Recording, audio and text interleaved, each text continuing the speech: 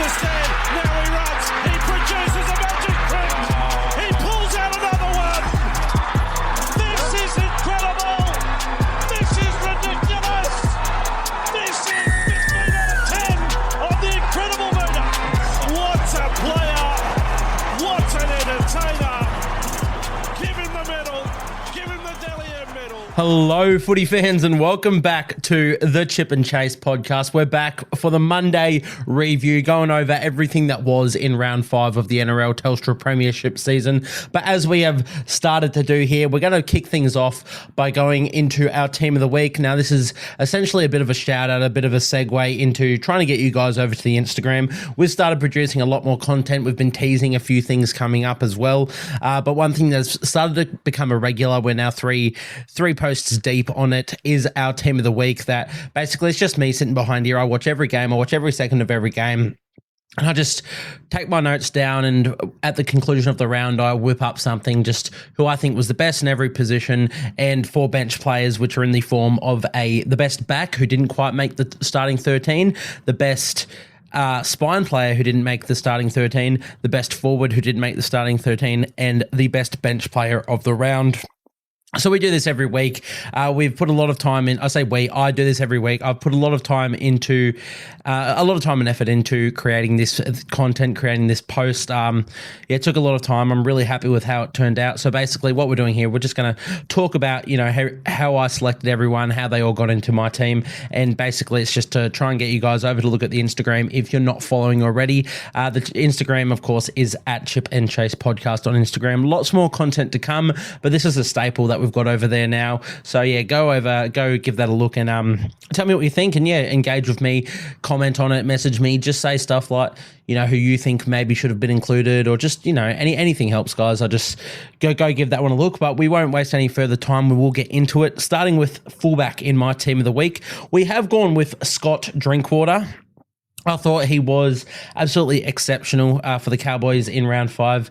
Cowboys, of course, defeating the Titans, who they were expected to get a good victory over, but Scott Drinkwater in general, he's sort of doing everything for this team. There was a moment in commentary where they essentially said that Scott Drinkwater he's the new age fullback, he's the halfback, he's the 5'8". Like, he just does it all. And it's honestly true. That is what the fullback has evolved into nowadays. I do think what I love about rugby league at the moment is that no position is really you're set in stone. You have to do it this way. I think you can win with people doing things in any position in certain different ways. But Scott Drinkwater, you can see what he's doing so far this year, what he done for the Cowboys last year, the year before. He is exceptional in what he does, and he was tremendous against the Titans in round 5. We won't go fully into his stats. We'll save that for the wrap up of that game.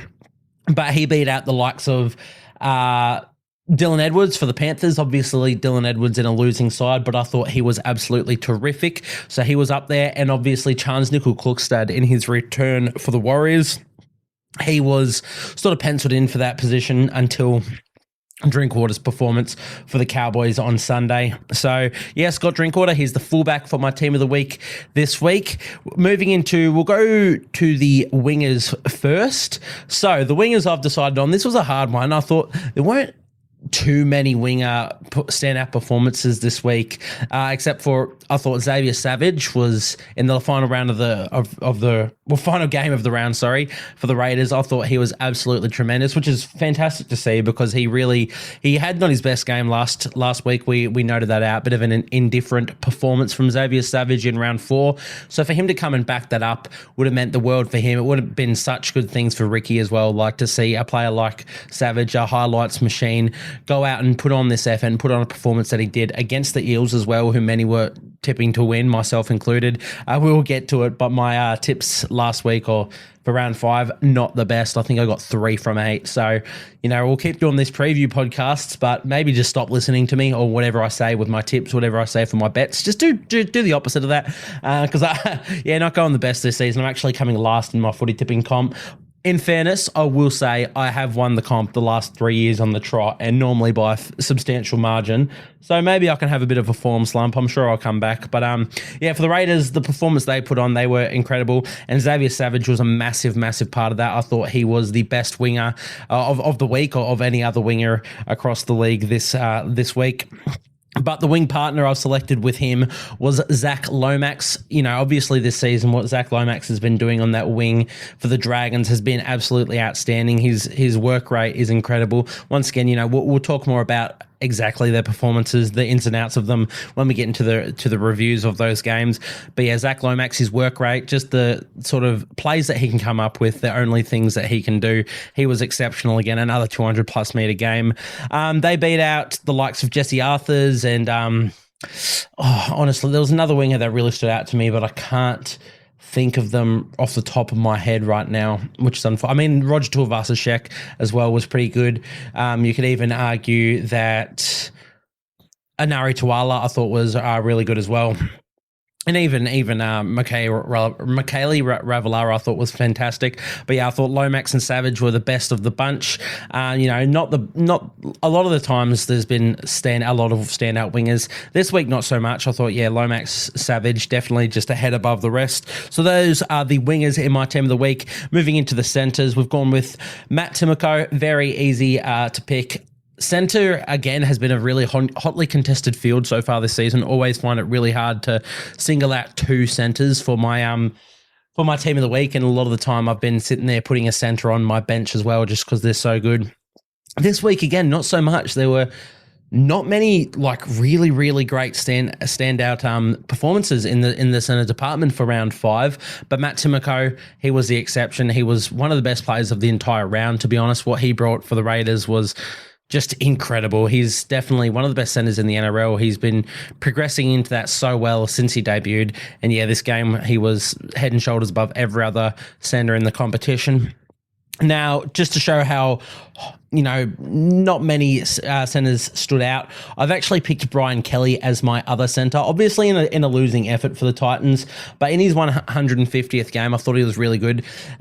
He scored a try, he set up a try. Again, we'll get into his performance a bit more in detail when we get to the game. But yeah, I thought there weren't too many other standouts this week, and I thought Kelly, he played really good in a performance that the Titans were expected to just get absolutely trounced in. I thought he put in a really good shift. Other competition for it was Valentine Holmes from that game. I thought he was probably the next best center of the round. Besides that, maybe Tolatau Kula for the Seagulls, like Solomon Fatape for the Tigers scored a couple tries. Wasn't too many of note. So yeah, Brian Kelly, Matt Timoko, they ended up being my centers in my team of the week. Moving into the 5/8 role, this one was a lot closer than a lot of the others.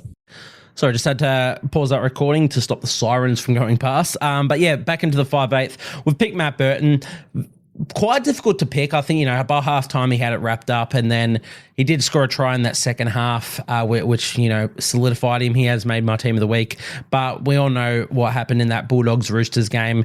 If they lost that game, it would have been very, very hard for me to select him. But they did end up getting the win. He scored a hat-trick. He kicked all the goals.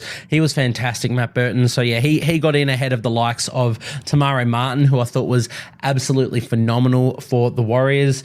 And I also thought that Ethan Strange had a particularly good game as well. So those two were really unlucky to miss out. But Matt Burton, he's my 5/8 in my team of the week. The halfback, another hotly contested position. By round 1, I thought Jerome Hughes was penciled in. I'm like, nobody's having a better performance by that. Then we get to the Warriors game, and I'm like, Sean Johnson, it's all his. Then straight after that, the Seagulls, the Panthers, Daly Cherry Evans. He has made his way into the halfback position for my team of the week. I thought just in the occasion, he's become the all-time games leader for the Manly Seagulls, and for the performance he put on, I thought he was exceptional. Scored a try, had a try assist, kicked fantastically, and to do it against the Penrith Panthers in a game of that occasion and a game of that magnitude, thought was absolutely spectacular for Daly Cherry Evans. So yeah, he just beat out Sean Johnson. You can look at stats and say Sean maybe had a better game. The Warriors were a more convincing side, and Sean Johnson had a rest with about 10 minutes to go. So he did all that in a bit less time and arguably had better stats. But as I said, I thought Cherry Evans, the magnitude of the game, the meaning of that performance, and just how he played in general, he got the edge on Sean Johnson. And I'm a Warriors fan. I'm a Sean Johnson diehard. So this is coming from a place of non-bias, but that is why Daly Cherry Evans is my halfback in the team of the week. Into the front row, really difficult performance to really difficult position, I should say, to pick from. I originally thought Taniela Paseka was going to get in, but when I looked a bit more into the game, it was really just his second stint that he was really impressive. I thought he actually wasn't that great in their first sort of half. So I thought I had him sort of penciled in, but when I went back and sort of watched the game again, I was like, you know what, Tanella, maybe it was just the recency bias of how good he was in that second half. So he missed out, but he still had a good game, Paseka. But I ended up going with Adam Fanua-Blake as one of my front rowers. Normally a pretty hotly contested field as well, the front row position. Not too many standouts as per se. A lot of players who went really, really well, but not like, 2 try performances from props or try assist performances. It was all just how many meters you made, essentially, how many runs you did, how much post contact, tackle breaks, offloads, and a tackle efficiency this time. And of course, whether or not your team got the win, which for the Warriors, Fanua-Blake, he was the spearhead of the Warriors forward pack in this one. Mitch Barnett has been doing that the last couple of weeks, but obviously found himself on the edge in this game. But for the Warriors' performance against the Rabbitohs, Fanua-Blake really took it to him. He was exceptional. So he got into my team of the week. He's partnered by Francis Molo, who I thought had one of his best games of his career, to be honest. Obviously, in a losing effort, the Dragons did end up losing that one to the Knights, 30-10. But I thought what Molo did was really, really good. And again, we'll get more into his performance when we get to review. But they beat out the likes of, as I said, Taniela Paseka, Jack DeBellin as well for the Dragons. I was very close to picking him instead of Molo, but I thought Molo just edged him out. But there were a lot of good performance as well in this round for the front row department. In the hooker, Wade Egan. Look, again, good hooker performances this round, but Wade Egan's performance I thought was just head and shoulders above the rest. So that's the second Warrior to make this team of the week, which as there should be, Warriors won 34-4. So they had a pretty convincing win. There's going to be some standout players. Wade Egan, I thought his work was absolutely tremendous. Again, I've been talking about him all year, just what he does for this team, his deception around the ruck. It is incredible. So yeah, definitely it wasn't even a clear, it was a clear contest for him to get into this team of the week. So here's the hooker for this week. In the second row, again, quite hard to pick from. We've gone with Viliami Kikau. If the Bulldogs lost that game, might not have, but his first half was absolutely electric. He was untouchable. He was, just incredible. And they ended up with the win. So happy to give it to him. He beat out the likes of Hudson Young, though, who we'll get to. But the other second row was Eliesa Katoa, obviously, in that Storm game. Scored a double against the Broncos. He was absolutely terrific. So here's the other second row in my team of the week. And the lock this week is Patrick Carrigan. He has missed out in every other round somehow, despite the fact I think he has been, arguably the best lock of the season so far. He's snuck his way in this week, despite the fact that the Broncos did lose. I thought Patrick Carrigan put in an incredible shift at lock forward. So here's the lock forward in my team of the week. On the bench, as I said, this is made up by the best back who didn't make the team, the best spine member, the best forward, and the best bench player. So for the best back in jersey 14, we have Jesse Arthurs. I thought he was incredible for the Broncos on the wing. Once again, they didn't get the chockies, but if you guys follow the Instagram, you would have seen how much I was raving about Jesse Arthurs on the story. Thought he was really, really good. The best spine member had to go with Sean Johnson. Obviously, very unlucky to miss that halfback spot, the run on side, but he wasn't going to miss out on this bench position. He had one of his best games. So Sean Johnson, jersey 15. Jersey 16, so the best forward of the round that didn't make the starting 13. It is Hudson Young. I thought he was terrific for the Raiders. If he ended up, technically he didn't get a try assist for the Sebastian Chris try early because he tried to essentially give Simi Sasangi a try on his club debut. Club debut? Yeah, it was club debut, which didn't work out, but that was a lot of Hudson Young's work there. So here's my forward on the bench, and my bench player of the week was Daniel Saifiti, which is terrific to see. He obviously came out. He ran really, really hard off the bench for the Knights. He even scored a try there. I've been very critical of Daniel Saifiti in particular this year. So to see him come out and have that performance was really, really good. But that wraps up my team of the week this week, round 5. Once again, go check out the Instagram to see the visual format of that. Worked really hard on it. So go give that some love, guys. But we'll get straight into the actual review of round 5.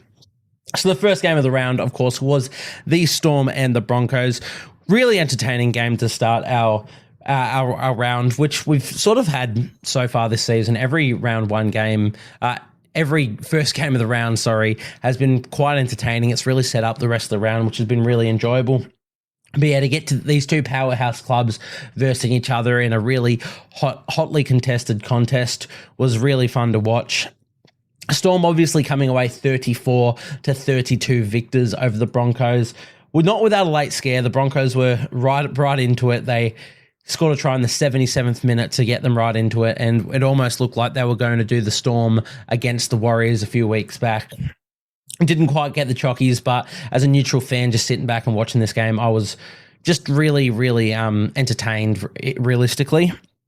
In terms of standout performers, we'll start with the Storm. As I said in my halfback chat, team of the week, Jerome Hughes, I thought he was exceptional. As I said, I essentially had him penciled in to my halfback spot in the team of the week before the rest of the games came.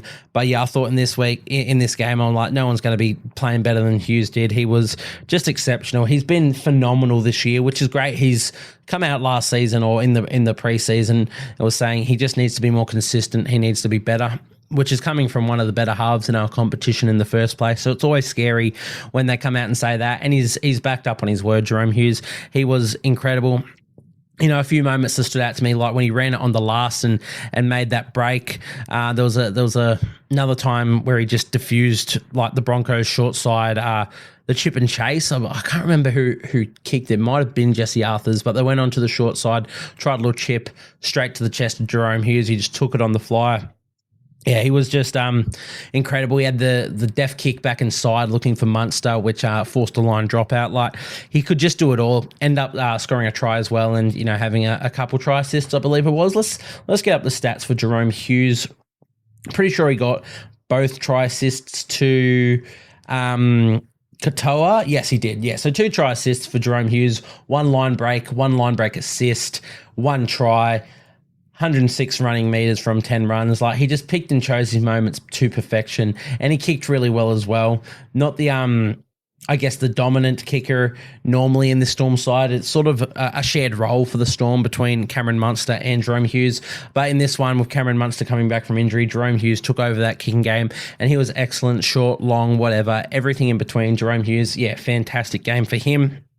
I thought Harry Grant had probably his best game of the season for the Storm as well. He's been pretty quiet to start the season, definitely not like bad in any sense of the word, but from what we expect of Harry Grant being the best hooker in our game, he's been a little bit quiet in my opinion. But in this game, I thought he was exceptional. He just took so many runs and just showed fantastic awareness out of dummy half. He's one of those players like Brandon Smith who take more runs than any other hooker, but somehow when he picks and chooses them, they always seem to be right as well. He's always finding a marker, not at dummy half, and just coming out behind him and using him as a shield and darting around. He's got great pace or great acceleration for a hooker. So I thought Harry Grant was fantastic for the Storm.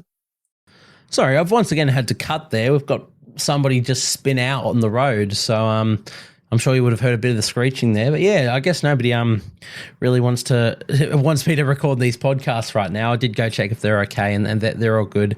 But yeah, just interrupting the podcast there. Back to the Storm. Obviously, we've already mentioned him in our team of the week as well. Eli Katoa, his best game of the season as well. He's just, I was obviously very disappointed when we lost him at the Warriors. He was promising to be one of the best players coming through, one of the best young forwards in the game. We weren't in the best setup to sort of promote him and just get the best out of him. So for him to come to the Storm and really kick on, it's been fantastic for him. I'm loving to see it. But yeah, he was fantastic. Scored a couple of tries, did Eliasa Katoa, one of the best line runners in our game.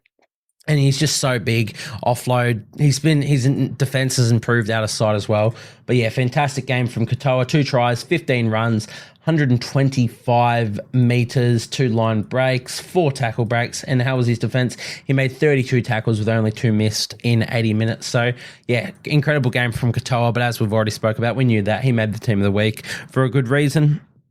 Moving on from that, I thought Kamikamica, I thought he was fantastic. He ended up playing 54 minutes, which is a fair bit for a prop nowadays. Normally, you're sort of seeing a transition right at the moment where teams aren't going for the big minute props anymore. Everyone's sort of going back around that 50 mark at most if you're an insane forward, if you're an insane prop. and they're just trying to get a good promotion, a good transition between their bench players and their starting players. But Kamikamica, he came out and punched out 54 against this big Broncos team, 14 runs for 166 carries as well. That's without a line break. That's without a tackle break. That is just straight up the guts. He made 86 post-contact meters. Probably should have made my team of the week the more I look at this. You had him penciled down. Didn't realize exactly how good that was on stats. But yeah, that's an incredible game from Kamikamica. He also did not miss a single tackle, made 23 with 0 misses in 54 minutes. So that's really good. And, if you're beating the Broncos forward pack, if you're taking it to them, you're doing a great job for your team. And Tui Kamikamica did just that for the Melbourne Storm. So I thought he was terrific. And I also thought Cameron Munster, there's been a bit of concerns about him, whether or not he was even going to play this year after what's been happening with his groin issue. For someone who has been out for a while and it's been a bit under an injury cloud, I thought he was terrific in his first game back, did not really miss a beat, was really confident. He gets in a mindset, does Cameron Munster, as soon as he's playing. It doesn't matter if he's injured or if they're down or where they are on the ladder. He just plays his natural game, and he's such a good footballer. I thought he was absolutely terrific in his first game back for the season and first game back from injury. Just looking at the stats, 13 runs, 131 metres in his first game. Couple of tackle breaks, had a line break assist, kicked well, and just his effort areas as well. Obviously, I noted when he chased on the Jerome Hughes kick chase, just stuff like that. I thought he was fantastic. But that's sort of like all the Storm ones that really stood out to me. There are other players like Trent Liero, I thought had a good game. Sean Bloor was pretty solid. Will Warbrick, I thought he was pretty darn good as well. But we can't mention everyone. We'll be here for a long time. So that'll wrap us up for the Storm. In terms of the Broncos, we'll start with Jesse Arthurs, obviously someone who made my team of the week on the bench. And as I said, if you follow the Instagram, you would have heard me raving on about him, mainly from a Supercoach perspective, but from how he played in general, I thought he was just incredible. He's my king for what he did for me in Supercoach. But I knew there was a moment early. He just took a really good ball on the full and made a line break straight off it, beating heaps of tackles, just ran so hard. It's been a really weird season for Jesse Arthurs, because there's games where he'll have close to 200 meters, and then there's games where he's only having 9 runs. So it's a bit inconsistent. Obviously, he's scored lots of tries, and he's great in other facets of his game, other departments of the footy game. But in terms of his running, it's been sort of up and down. But in this game, he was terrific. He looked very, very hard to handle. Actually only had 14 runs, but he did manage 179 metres in those runs. He scored a try. He had 2 line breaks, had the try assist when he made that line break on the left, then kicked back inside for... I can't recall who picked that one up, to be honest. I was going to say Harry Grant, but it definitely wasn't. Who scored the try? Sorry, guys, this is riveting content. Who scored the try when he kicked it back inside? Will Warbrick? No. Elias no. Torrin Wishart? No, I can't remember, but he did. Oh, no, it was probably Broncos. What am I on about? He kicked it back inside for Ezra Mam. Oh, my God, that was... I'm sure. Ignore me for a bit and just continue to do so. I'm washed. But sorry, back on track. Jesse Arthurs, fantastic game from him. I thought Katoni Staggs was good again. He's been really good this season. He took 16 runs, which is where we sort of want Katoni to get to. I don't want him any more than 16 runs a game. He's explosive. He's at his best when he's not being used constantly. But he was really, really good. He had also ended up goal kicking a little bit in this one, with Adam Reynolds going down with an injury in the second half, which we'll sort of get to. Oh, look, let's talk about it now. I think it's what really let the Broncos down in that second half. They were still good. They still came back, and they still were in this contest. But I think Adam Reynolds was absolutely incredible for the first half of the game. And he set up a try or something right on halftime. I can't remember what it was. Basically, he put in a kick and then just started clutching at the hamstring, I think it was. He ended up not playing the second half. And you could tell that they missed him out there. He was, I think if they had Adam Reynolds for that second half, I think the Broncos go on to win this game. So there's a lot to take out of it from the Broncos. You lost by 2 points to a Melbourne Storm side. Sure, you leaked the 34, which isn't ideal. You'd always want to be, if you're losing those games, you want them to be lost in tight circumstances. But it is still the Melbourne Storm. They're one of the better sides. When Adam Reynolds isn't playing, you're now missing probably your 3 best players, maybe 3 of your 4 best. Patrick Carrigan is still out there, but Paddy Carrigan can only do so much when you don't have your explosive fullback in Reece Walsh, you don't have your leader and your halfback in Adam Reynolds, and you don't have your forward powerhouse, your dynamo in Payne Haas. So I think as a Broncos fan, you can still take a lot out of this performance. But yeah, I'd go as far to say that the Broncos would have won this game if Adam Reynolds played that second half. Maybe that's just me hoping because I ended up tipping the Broncos and I was like the only one in my tipping comp who went them. Maybe I think my pop did as well. We both went down, so that was good for us. But yeah, Broncos, they still had a good performance. Other standouts for them, Ezra Mam, he's warming into this season more and more. I thought he was quiet to start, but he's getting there. His effort areas were everywhere. Just his kick chases. He scored 2 tries off kick chases. But, which isn't anything necessarily skillful, but it's effort. And as I've said a million times, hard work does beat talent if talent doesn't work hard. And we know Ezra Mam, he's got talent coming out the wazoo. But to see these effort areas, and we've seen it this season, he's always chasing back to make last-ditch efforts in defense. But yeah, these kick chases, to score 2 tries off them, fantastic. That one where the Storm let it bounce, he just zoomed up the middle at incredible pace, was really, really pretty to watch. But yeah, Ezra Mam thought he was really good for the Broncos. Beyond that, there wasn't too many, just standout performers. They hung in this game. They played well. Obviously, Patrick Carrigan, I thought he was exceptional, as he has been all year this year. Another 80-minute performance from him. 20 runs, 177 metres, 69 post-contact. Only 1 tackle break, no line break. So again, all of this is just coming from hard work, grit and determination in the middle. Had an offload and made 43 tackles in this game, Patrick Carrigan. He does it week in, week out. He is just, I think he's quickly become the best lock in our game. Obviously, Isaiah Yeo's right up there, and until Patrick Carrigan wins some comps like Isaiah Yeo has, you can't really displace him. But what Paddy Carrigan shows in other stages, in the State of Origin arena, arguably even in the Australian arena, he's never had a bad game, while Yeo can go quiet in some of those areas when he's outside the Penrith system, which is, again, this is not a discredit to Yeo. I still think he is the best, but it's just more of a credit to Patrick Carrigan. Absolutely phenomenal performance. But yeah, hard one to read for the Broncos. Obviously, a lot of their structures and everything had to go out the window when Reynolds went off. You have Billy Walters then playing halfback. You have Tyson Smoothie playing the rest of the game at hooker. It's just a really hard one to get for them. The last man I really want to compliment was Benjamin Takura. He obviously made his debut in this one. He punched out 24 minutes off the bench, the giant of a human being, and he scored a try as well. The try to get them back into the game right before full time, about 3 minutes before full time, he scored. He crossed over there. Just, I don't know how you're going to tackle him. And I'm pretty sure one of the players, I can't remember who they interviewed after the game, might have been Munster. I think it was Munster, but he talked like Benjamin Takura. I don't know how people are ever going to stop him right close to the line. 204, 205 centimetres, whatever he is. He's the biggest player we've ever had in our game. And in only 24 minutes, he ran 12 times, ran 115 metres, 49 post contact, and scored a try, 3 tackle breaks.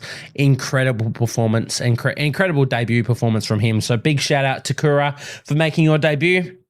And yeah, fantastic game, mate.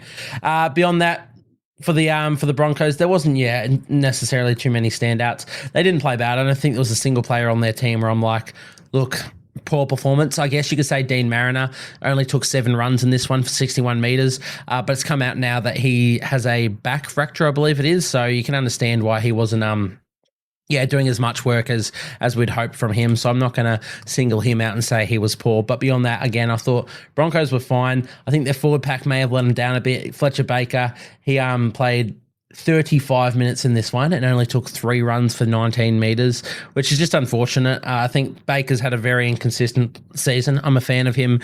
And yeah, just like last week was really good. This week, very poor, in my opinion.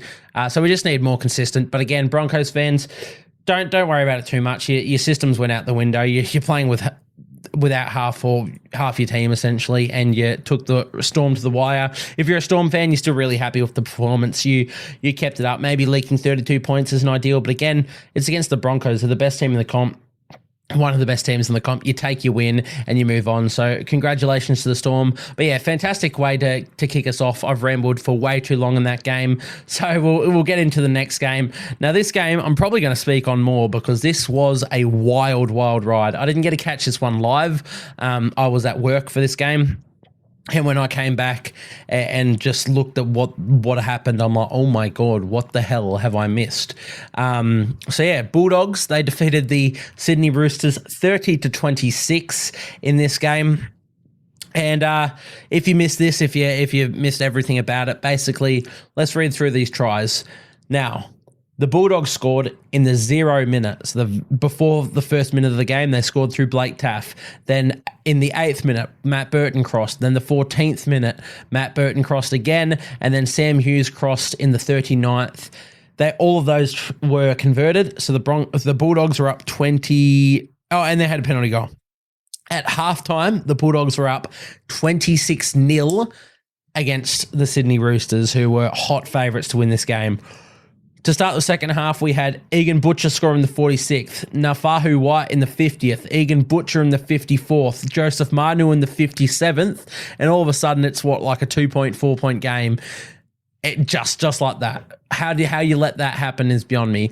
Luckily, Matt Burton crossed in the 64th and Daniel Tupou in the 74th, and the Roosters couldn't cross again. So the Bulldogs did get away with the victory in this one, but you could see it in the coaches' faces, in both coaches' faces.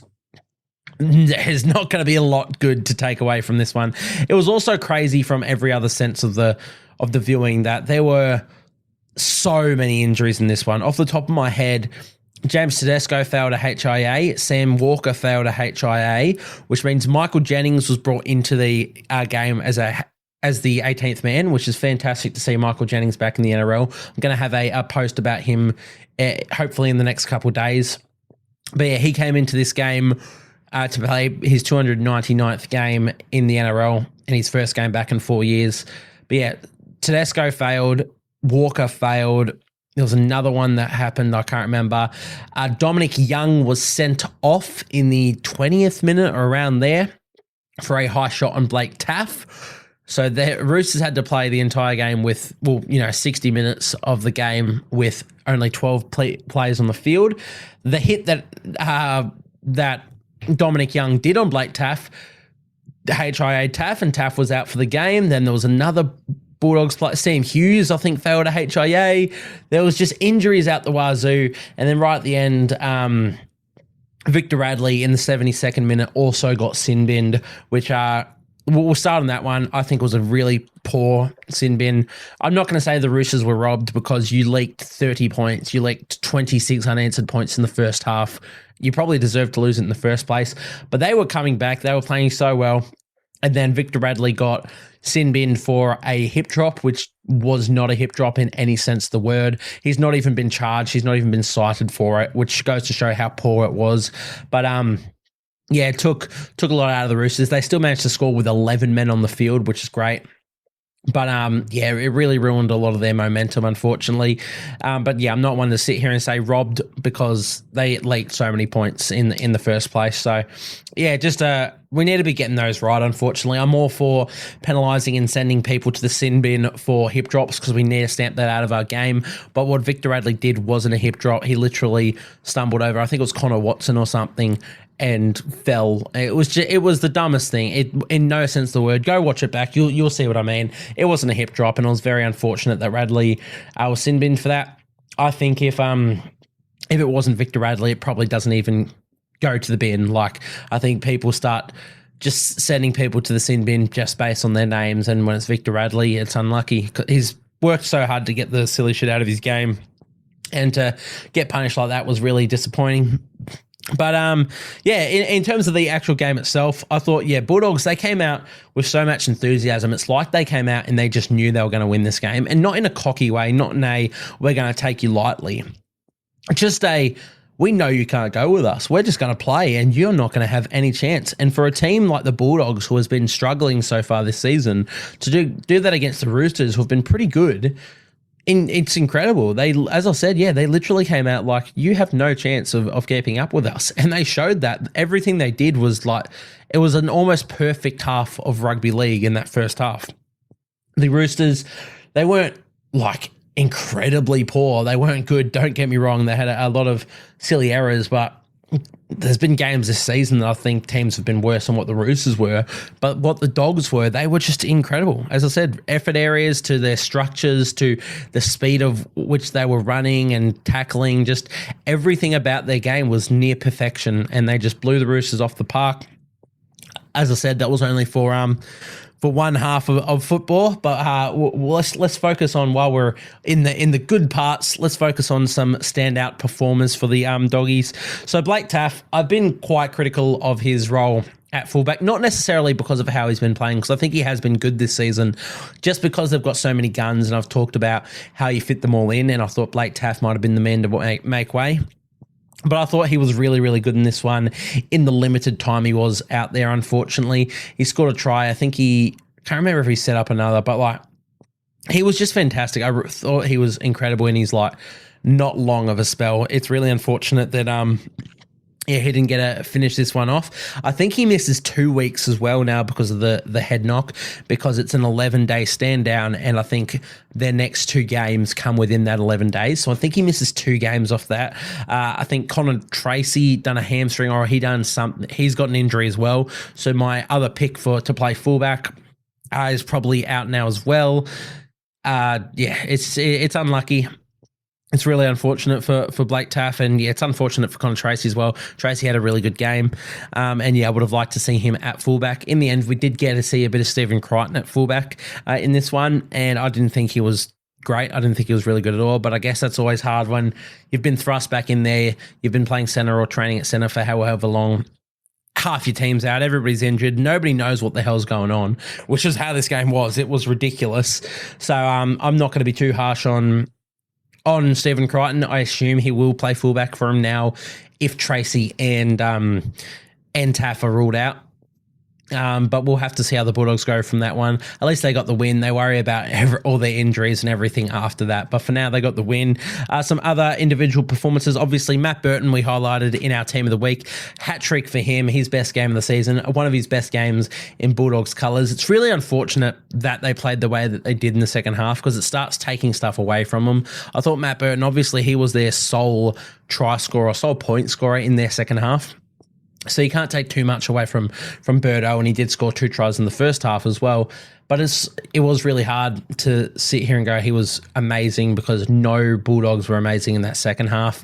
It's a really hard game to sort of measure. But I want to give Burton his dues. Yeah, when you score 22 points out of your team's possible 30, you've done a pretty darn good job. He was, fantastic. Just running, 3 tries, 12 runs for 147 metres, 2 line breaks, 2 line break assists, 1 try assist. Fantastic game from Matt Burton. So, got to give him his props. Unfortunate the way it played out in the second half, but he was really, really good. Another one that we spoke about, Viliami Kikau. First half, completely untouchable, was one of the best performances in a half I've seen from any player ever. And then second half, I didn't notice that he was even out in the field.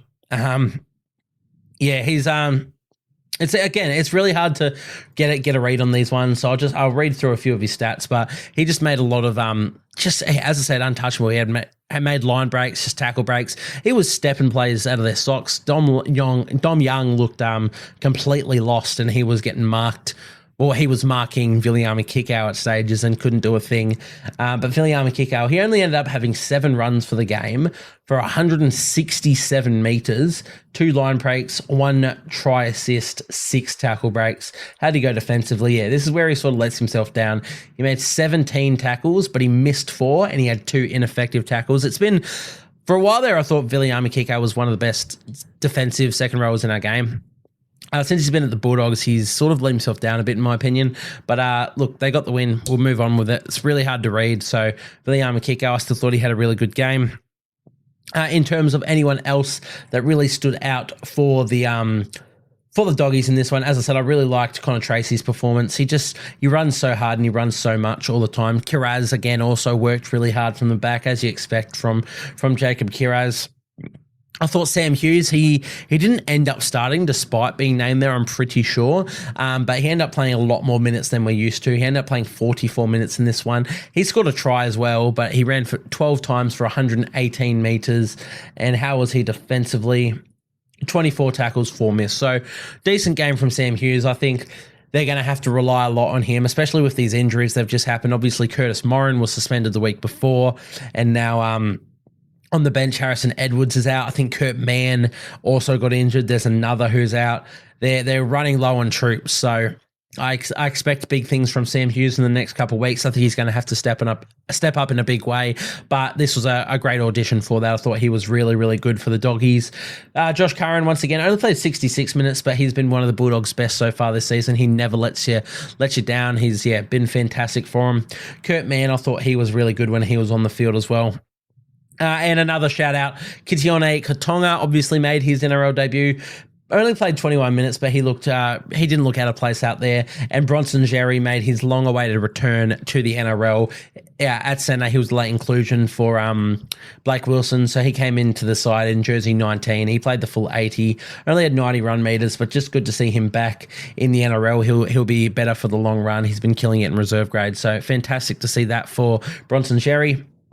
For the Roosters, tough. Tale of two halves, as we've already spoken about. Very, very bad, atrocious, if you will, in the first half. But they were fantastic in the second. They just ran harder and tackled harder than any team I've seen like this year in general. They wanted it. Obviously, Trent Robinson would have given them a bit of a rev up at halftime. I would not have been happy as a coach. I would have torn them to shreds. So it's obvious to see how they responded to that. I'm not sure too many other teams in the NRL, when you're down by the margin you're already at, I'm not sure there's too many that respond the way that the Roosters did. So it was really good to see that response. And as a coach, you've got to be happy with that. In terms of their standouts, look, let's brush over the not so standout. Dominic Young, 27 minutes, obviously sent off. Do I think it was a send-off? I'm indifferent. Like, I'm happy for it to be called a send-off as long as we're consistent with that in the future. It was a sin bin, like, definitely. So for it to be a send-off, look, I'm not going to sit here and say it shouldn't have been. As long as we're consistent and those calls are made for other players in the future, then that's fine.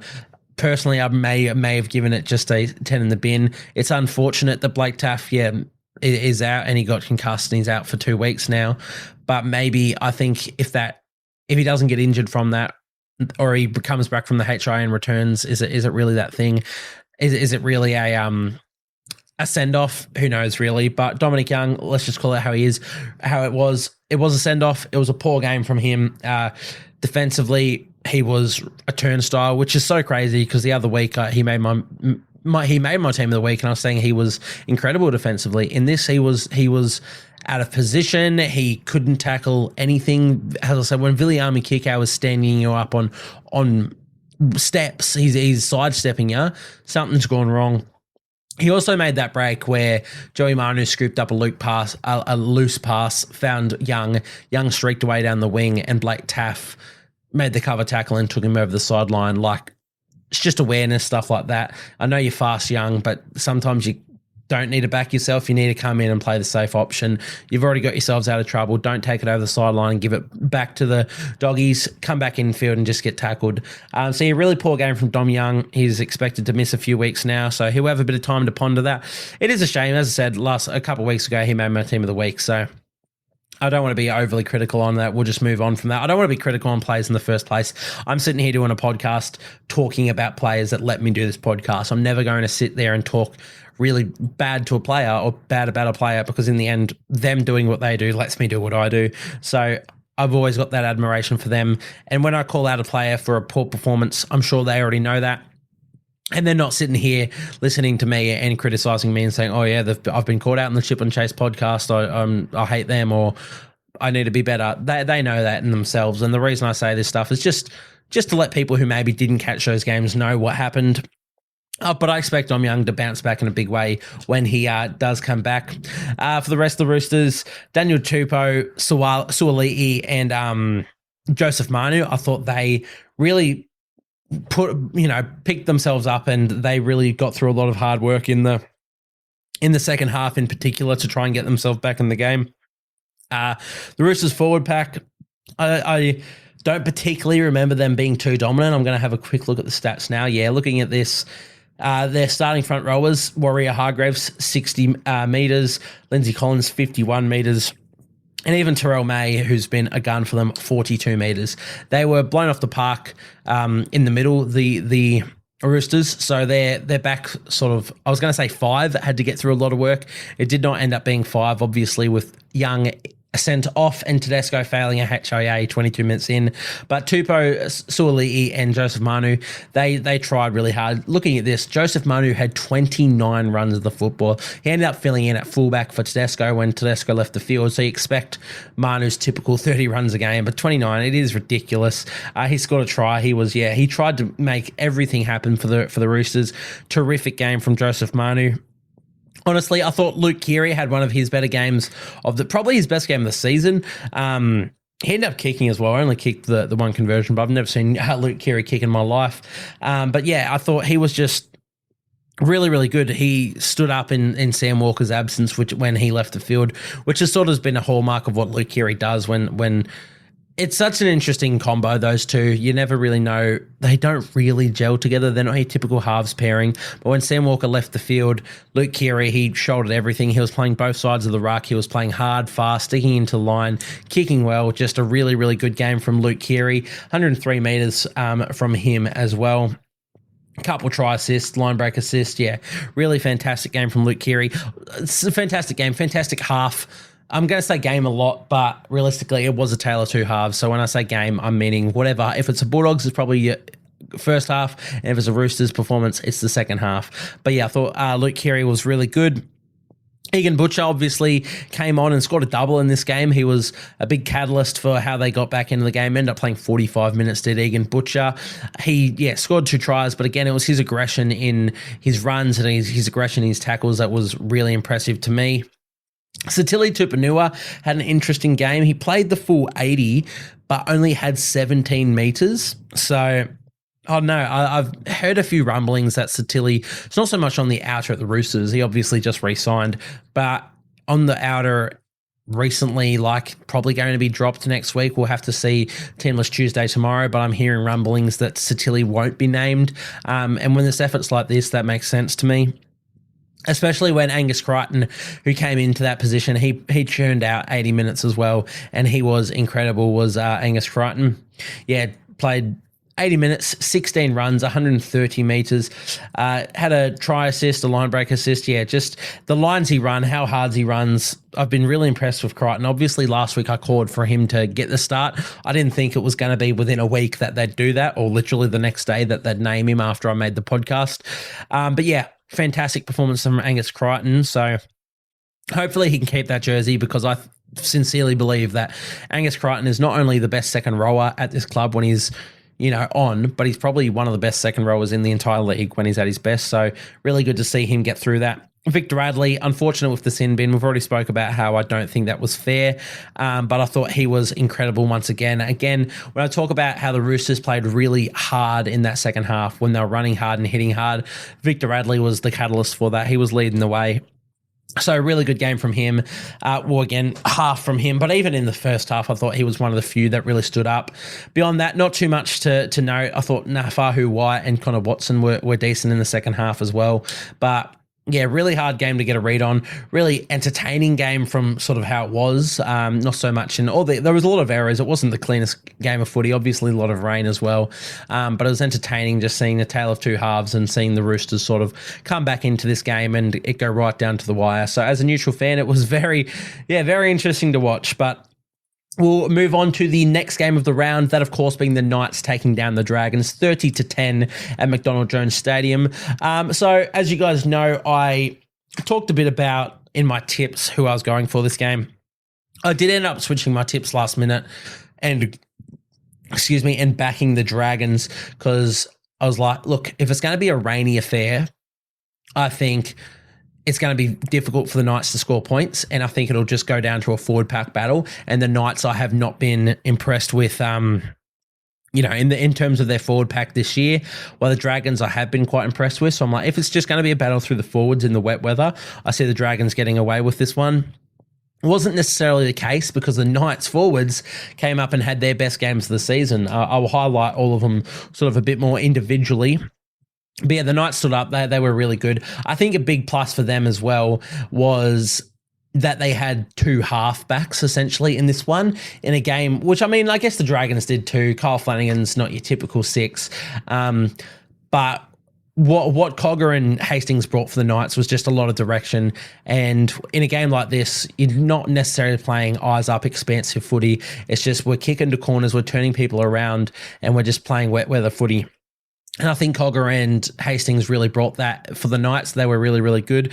And maybe that was something I neglected to really take into consideration when I've done my tips. But yeah, Knights, I thought they were really good. Also, big shout out to the almost 10,000 Newcastle fans who went to see this game live. I obviously didn't, despite living in Newcastle. I only just clocked off at work when it sort of started. But yeah, 10,000 almost in the horrid, torrential weather. Some of the worst weather I've seen in a footy game. So shout out for the 10,000 people that went to see that one. But yeah, I really like how I guess both teams did change their game plans to cope with the weather in this one. As I said, with the Knights in their halves, they didn't play necessarily expansive. Kalen Ponga had a good game once again, but not the most just throwing the ball around. They literally just relied on their halves who played really well. Jackson Hastings even scored a try in his return into the Knights' top grade team. The Dragons, I thought they were good. In that first half, they were really, really into the game. They just... Honestly, they didn't score a point in the second half. And in fairness, the Knights only scored one try in the second half. But I thought the Dragons, I actually put I'll be honest, I put a bet on them at halftime at $13 or $14 odds. I'm like, I reckon Dragons come back and win this game.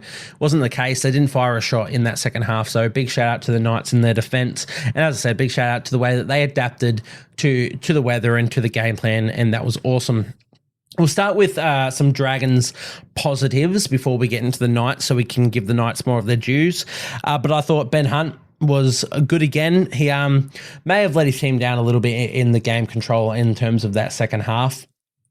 But the eyes up footy that he was playing just in general, the kick that he put through for Zach Lomax to get the Dragons on the board was really, really good. Just, yeah, eyes up footy. That's what you want from your halfback. He also scored one when Zach Lomax returned the favour by flicking that outrageous flick pass back in from the sideline into the hands of Ben Hunt, who crossed to score. So that was, yeah, I thought Ben Hunt played a pretty good first half and then sort of let him down in the second. But yeah, you've always again got to shout out Ben Hunt. Just the effort he plays with is fantastic. We mentioned Lomax in that flick pass. There is not another. If you haven't seen it, go back and watch it. But there is not another player in our game who can do what Zach Lomax did there. It is genuinely outrageous what he did. And that's the sort of stuff that we've seen from Zach Lomax. He has always been able to do that stuff. The problem is he's never really worked to earn that. And we've spoke about that multiple times so far this season, that he's never really earned the right to come up with those flashy plays. In this one, well, so far this season in general, he has well and truly earned that right to come up with those 1%ers, those 1% plays that probably don't come off. But if there's someone who can make it come off, it is Zach Lomax. And when he's working the way he is, he gets that right to do it. And here he is. He worked hard. He took 27 runs for 216 metres in this torrid conditions. And yeah, he came up with that insane flick pass try assist to Ben Hunt. So big shout out Zach Lomax. Obviously made my team of the week. Scored his own try, set up a try, kicked 2 goals. And yeah, ran 27 times for 216 metres. 2 line break assists, 1 line break, 6 tackle breaks. There's not too much more you can ask from Zach Lomax this year. Obviously, it's sort of just come out that he has fully been given permission to look for new clubs. Parramatta are running hard for his signature right now. It's going to be a tough loss for the Dragons. I don't know what you do about it. Hopefully, he can get a player swap back in return.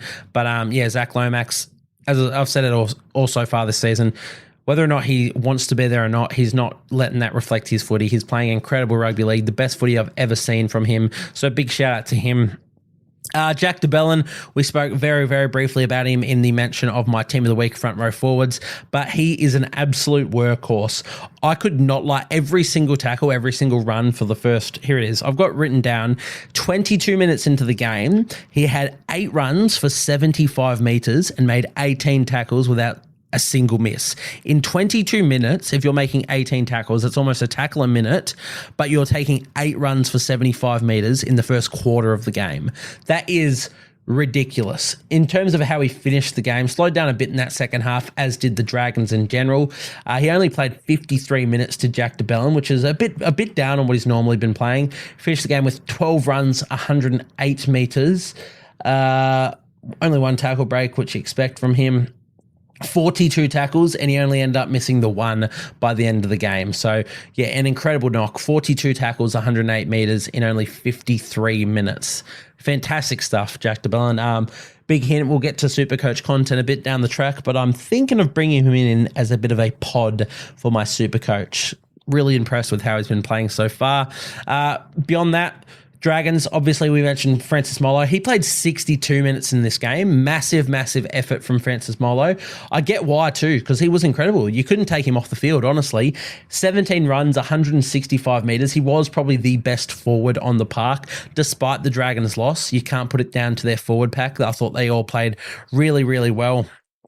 I don't know where they were let down. Tyrell Sloan was moved from fullback to the wing at points in this one.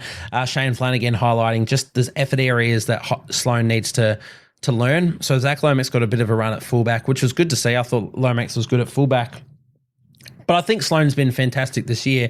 This week in particular against the Knights, not great from him. Still ran for 111 metres. And honestly, once he was moved to the wing, I think he shirked up. He realised, oh shit, that's a bit of a kick up the arse. I need to wake up to myself. And he took a lot more runs from that moment forward. So I am interested to see how he responds to that, but I thought he responded well enough in this game. I don't think he was awful, but there were just moments that he should have been doing a little bit more, which obviously Shane Flanagan as the coach has ironed out, and he'll speak to Sloan and hopefully they can muster that up. But everyone else, Michaeli Ravalawa, he had 213 metres of his own. Moses Suli, 170 metres from 14 runs. Jack Bird was really unfortunate. It was heart-wrenching, honestly. Heart-wrenching? It's gut-wrenching or heartbreaking. Regardless, it was both. It was heartbreaking and gut-wrenching. He went down with a knee injury, screaming out in pain, looked awful. It was quite emotional to watch. Apparently from the NRL physio, it's only looking like a PCL, which is fantastic news. The last thing we want for Jack Bird is another ACL injury. But when that happened, I was quite emotional, to be honest. I really was. But what was really good was it was top class seeing Jackson Hastings. As soon as it happened, Hastings was making the tackle. When it happened, Hastings stayed on the ground. He was motioning to the referee, stop the game, call it off. We've got an injured player. He's playing for the opposite team. They can get a lead here. Dragons are without a man. Let's go on a run here. And Hastings is not moving. He's staying by Jack Bird's side. He's yelling at the referee, stop the fucking game. And it was really good to see. He stayed with Jack Bird the entire time. Jack Bird crawled himself to the sideline.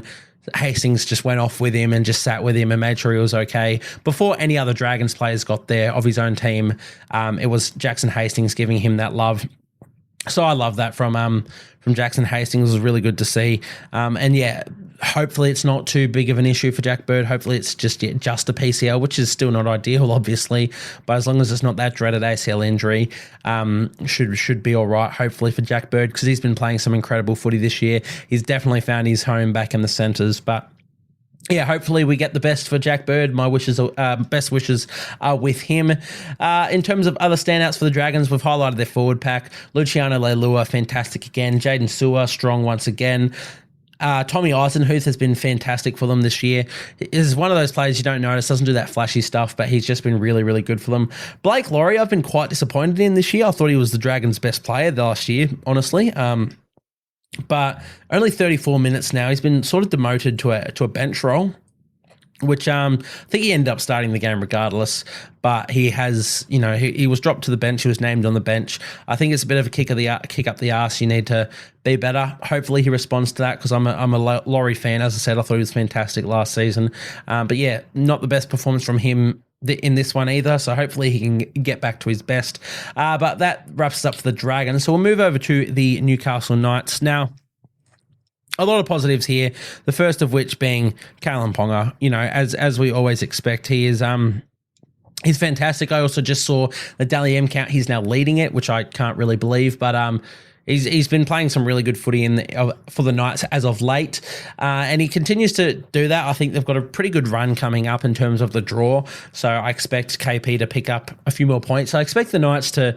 I hope this is a bit of a flip the switch moment. You know, it's only against the Dragons who have been pretty inconsistent this year, but I actually liked the look of the halves pairing in this one. I think it's the way that they have to go for a little bit, and obviously with Kalen Ponga, I think having having Jack Cogger and Jackson Hastings brings is they both just their role is to get the best ball to Kalen Ponga. And what he does with it is what Kalen Ponga does. But he scored a try. He kicked 5 from 5, 15 runs, only 117 metres, but he had a couple line breaks, 2 line break assists, try assist, 8 tackle breaks. Like, the runs he's been making out of his own end are incredible. It's not just a step around you. It's honestly, I'm going to break through. I'm going to run hard at 2 of you, bust through both of you, and keep going after that. He has been absolutely incredible for the Knights, and he also had one of the best balls I've seen in a long time when he put Inari Tuala over on the wing, who was the next player I want to highlight, so we'll use that as a little bit of a segue. But Inari Tuala, I think he's been really, really good for the Knights this year, to be honest. He's increasing his workload massively in the absence of Greg Marju, and hopefully he can keep that workload up when Marju comes back, and they can rely on that a lot on that.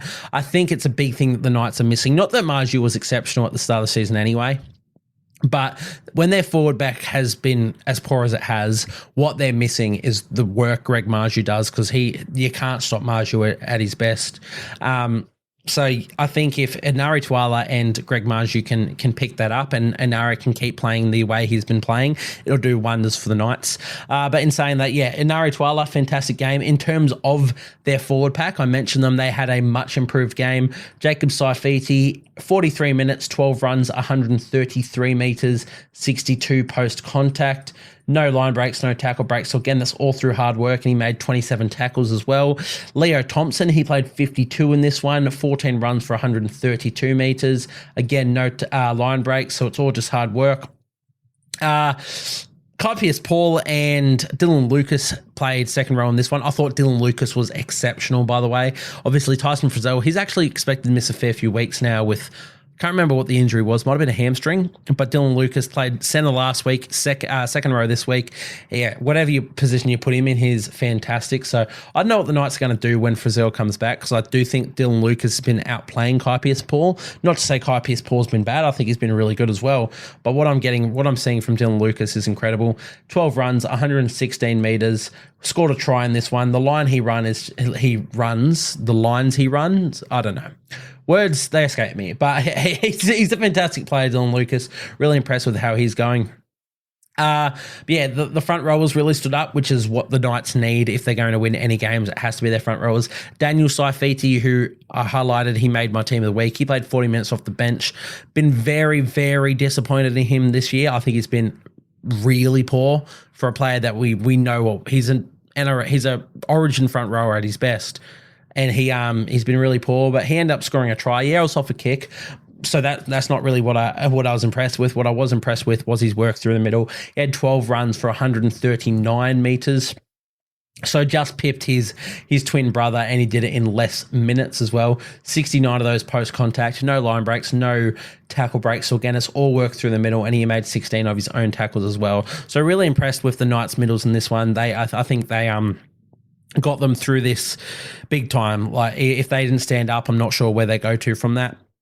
And lastly, the last player I want to highlight, Jaden Brayley. I thought he was absolutely terrific. Obviously, his first game back starting at hooker for the Knights in almost a year, maybe a bit over a year. I'm not sure. Be around about that year mark.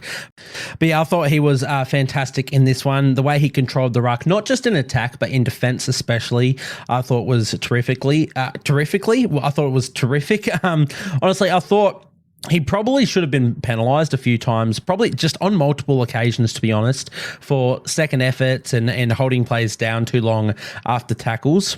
But I think that's where he showed his experience for this team. He really tested the ref, which is something I know when I was playing.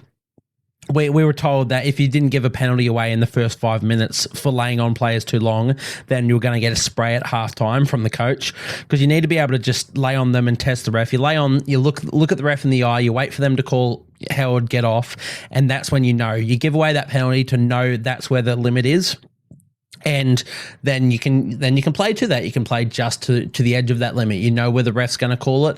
You play to that. So yeah, we were always told if you didn't go out and you give away a penalty to find out where the ref's limit is, you're going to get an absolute spray. And it wasn't individually, just as a team, we had to do it within the first 5 minutes to give away that penalty and find out. And I thought that's what Jaden Braley did. He tested the ref a lot. There were moments that I definitely would have penalised him if I was the ref out there, but he knew he wasn't going to get penalised because he'd tested. He just kept trying and just kept saying, "Where's the limit? Where's your limit? When are you going to give away that penalty?" And yeah, he found that perfect intermediary, which I think is a skill that maybe if you're just watching from the sidelines isn't. Or if you've never played, you don't really know that. But if you do play, or if you have played, you know it's actually such an important facet of the game. Because if you're controlling that ruck speed from slowing down the play of the ball or doing whatever you can, like you're looking for any little way to get on top in the end. Apologies for the motorbike that just went past. So nothing's working for me outside. Everybody wants me to stop the podcast. But yeah, what Braley did, I thought his expertise, his experience in that area was fantastic for the Knights. And beyond that, I thought he was good in general. Just really looked like the Knights' attack looked a lot better with him on the field than it has in recent weeks. So I thought he was terrific. Came up with 38 tackles as well. So great knock from Jaden Braley. But that sort of wraps us up for the Knights-Dragons game. Once again, fantastic performance from the Knights. I think you take a lot out of that. And I think you can go on a little bit of a run here and back yourselves. So really excited for how you guys progress into this season. I'm really liking how close the competition is so far. Yeah. For the Dragons, tough one. Obviously, conditions played a part. They're a really hard team to get a read on at the moment. We'll have to see that 1 week they're world beaters, the next week they're really, really poor. So we'll just have to see how they come out next week and redeem themselves. Not giving up on them. I don't think they're going to make the top 8, but I'm still seeing enough positive signs that there's something there. But we'll move on to the next game, which of course was the Rabbitohs going down to the Warriors 34-4. Now, obviously, as a Warriors fan, really happy with this performance, but I thought it was a really fast start from both sides. I thought there was very few stoppages from the ref. That it was just hard and fast, and it was just about whoever was going to fatigue the most. Fatigue was setting into the game because of very few calls, and you could notice as soon as kicks were going down long. Sometimes I just sit there and watch. Not necessarily the first few hit-ups when you've kicked the ball, but I'm waiting to see how long or how many sets in until all of the forwards from that team are back behind the ruck now. And I think that's where the Warriors ran away with this. They just seemed fitter, faster, stronger in every way than the Rabbitohs, in the forward pack especially.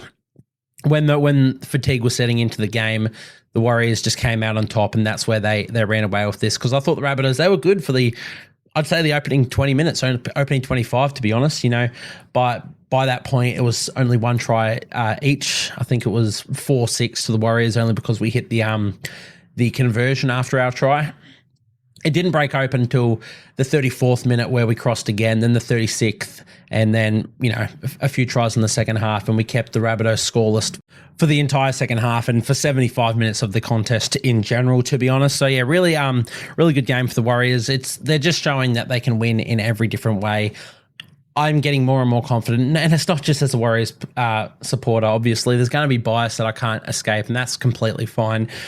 But from our depth across the park, what we've got in New South Wales Cup, what we've got, our juniors, our depth in every position, I believe in. The way we're playing our footy, our defensive resolve, our fitness, the expansiveness of everything. I'm so excited about the way we are playing our footy, and I genuinely think we can win a premiership. I think this is our year. It's the old joke with the Warriors. This is our year, because every year is our year. But no, this 2024, this feels like it. It has to be it. It's the swan song for Sean Johnson.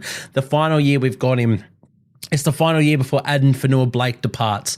Let this be our year. We're showing every ingredient that we can do this. We can be the best team in the competition. And this is just showing it here. Rabbitohs, they're obviously a bit of a basket case at the moment.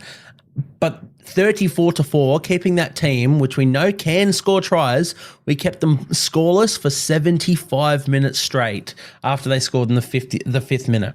That is incredible work. But yeah, I won't ramble on too much just about how much I love the Warriors. Let's go into some positives. Let's start with the Rabbitohs. Try and find a few positives for them. Look, there wasn't much, to be honest. I thought Jack Whiten, I think he's been terrific for them since coming to the club. He's really trying his hardest. He's the exact sort of player that they've needed, and it's now just unfortunate that, you know, the ingredients, the recipe that they had for success, the Rabbitohs, it seems to be just long gone. So Jack Whiten's come into this house and he's been that piece that they needed, but now everything else is, they've lost every other ingredient. He's the only thing there now. He's the only one cooking. But I thought he was really, really good for the Rabbitohs. They identified Roger out of position early. Roger was obviously moved to the wing. He was the right side winger in this one, obviously from left centre to fullback to right side winger. Everything was getting stuffed up. But yeah, Roger ended up playing on the wing. He did not look comfortable out there. Yeah, a massive Roger fan. He's played wing before. He's a Dalian Winger of the Year, but it's been a long, long time since he's been a winger. Different defensive structures, etc. Whenever I think Rocco Berry was going up, Roger was just, he was a step behind everything. So they identified that early. And Jack Whiten honestly made him pay for that. They scored their first try from Isaac Tuitopo Thompson through a long-range effort where, he also stepped Charles Nickel-Klukstad, all ends up. But again, that was identifying Roger out of position, and they kept doing that for the first 20, 25 minutes. They kept finding Roger out. They kept making inroads there, and it was all essentially on Jack Whiten. He was absolutely terrific. Unfortunately, they went away from that in the second half. They didn't have anything to go in the second half. I don't know about this Rabbitohs team. It just doesn't seem like they want to be there. I'm being completely honest.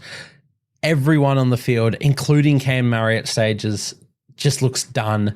They look so over it. Latrell Mitchell, I don't know how he stayed on the field in this one. I've been quite critical of Latrell over a lot of stages of his career. For this season, I've been one of his biggest defenders because I thought this season he's actually been putting in effort areas I haven't seen from him. In this game, no. He should have been sent off, not even sin-binned, but sent off for the elbow to the face of Sean Johnson. Somehow he stays on the field. Then he has a lifting effort on Tohu Harris when Tohu Harris is completely stationary. There's another one, put on a report. That's another sin bin. He should have been off in 2 different stages in this game. He gets 2 reports for it. It's absolutely ridiculous. If the Warriors were losing this or like close, and those are just reports, it's a completely different story. We're talking about this as an absolute robbery. You're lucky the Warriors are absolutely rolling the Rabbitohs because that's ridiculous. As I said, I've been Latrell's biggest defender this year. I've actually believed in him at fullback. I've loved his effort. But it's ridiculous. The refereeing in that moment, in both of those, stupid. Those are both sin-binnable offences. He's looking at a 3-week suspension for the elbow on Sean Johnson now. 3-week suspension, yet somehow he didn't get sent off for it. Make it make sense. But regardless, of that, Latrell, he had errors. He had everything. Like, he was, I guess, trying in attack, but he couldn't do anything. It's like They couldn't do anything, the Warriors. They just, the Rabbitohs, they just, as I said, they didn't look like they wanted to be out there. I thought Thompson, as an Isaac Thompson on the wing, or Isaac Tuitopo Thompson, was poor. I know it says here, you look at stats, he had 15 runs, 160 metres, he had a try. Let's get the errors up. I think he had a lot of errors. He made 1 tackle, missed 1, had 2 ineffective, so he had a 25% tackle efficiency. He made 3 errors. He was out of position in defense a lot. Yeah, not a great performance from Thompson. Obviously, it's not his fault. He tried, and that's the big thing. There wasn't too many out there that tried. And, he's only a replacement for the players that they're missing. But Yeah, they identified him, the Warriors. They sort of made him look out of position. I thought Isaiah Tass was really poor. He gave away multiple penalties. He could have been sin-binned for any of them, honestly, because they were just back to back. Isaiah Tass, offside. Isaiah Tass, offside. Isaiah. Tane Milne, look, he worked hard. I think he's been really good for the Rabbitohs. He just goes about his business. 25 runs, 234 metres, 96 post-contact. You got to love that from Tane Milne.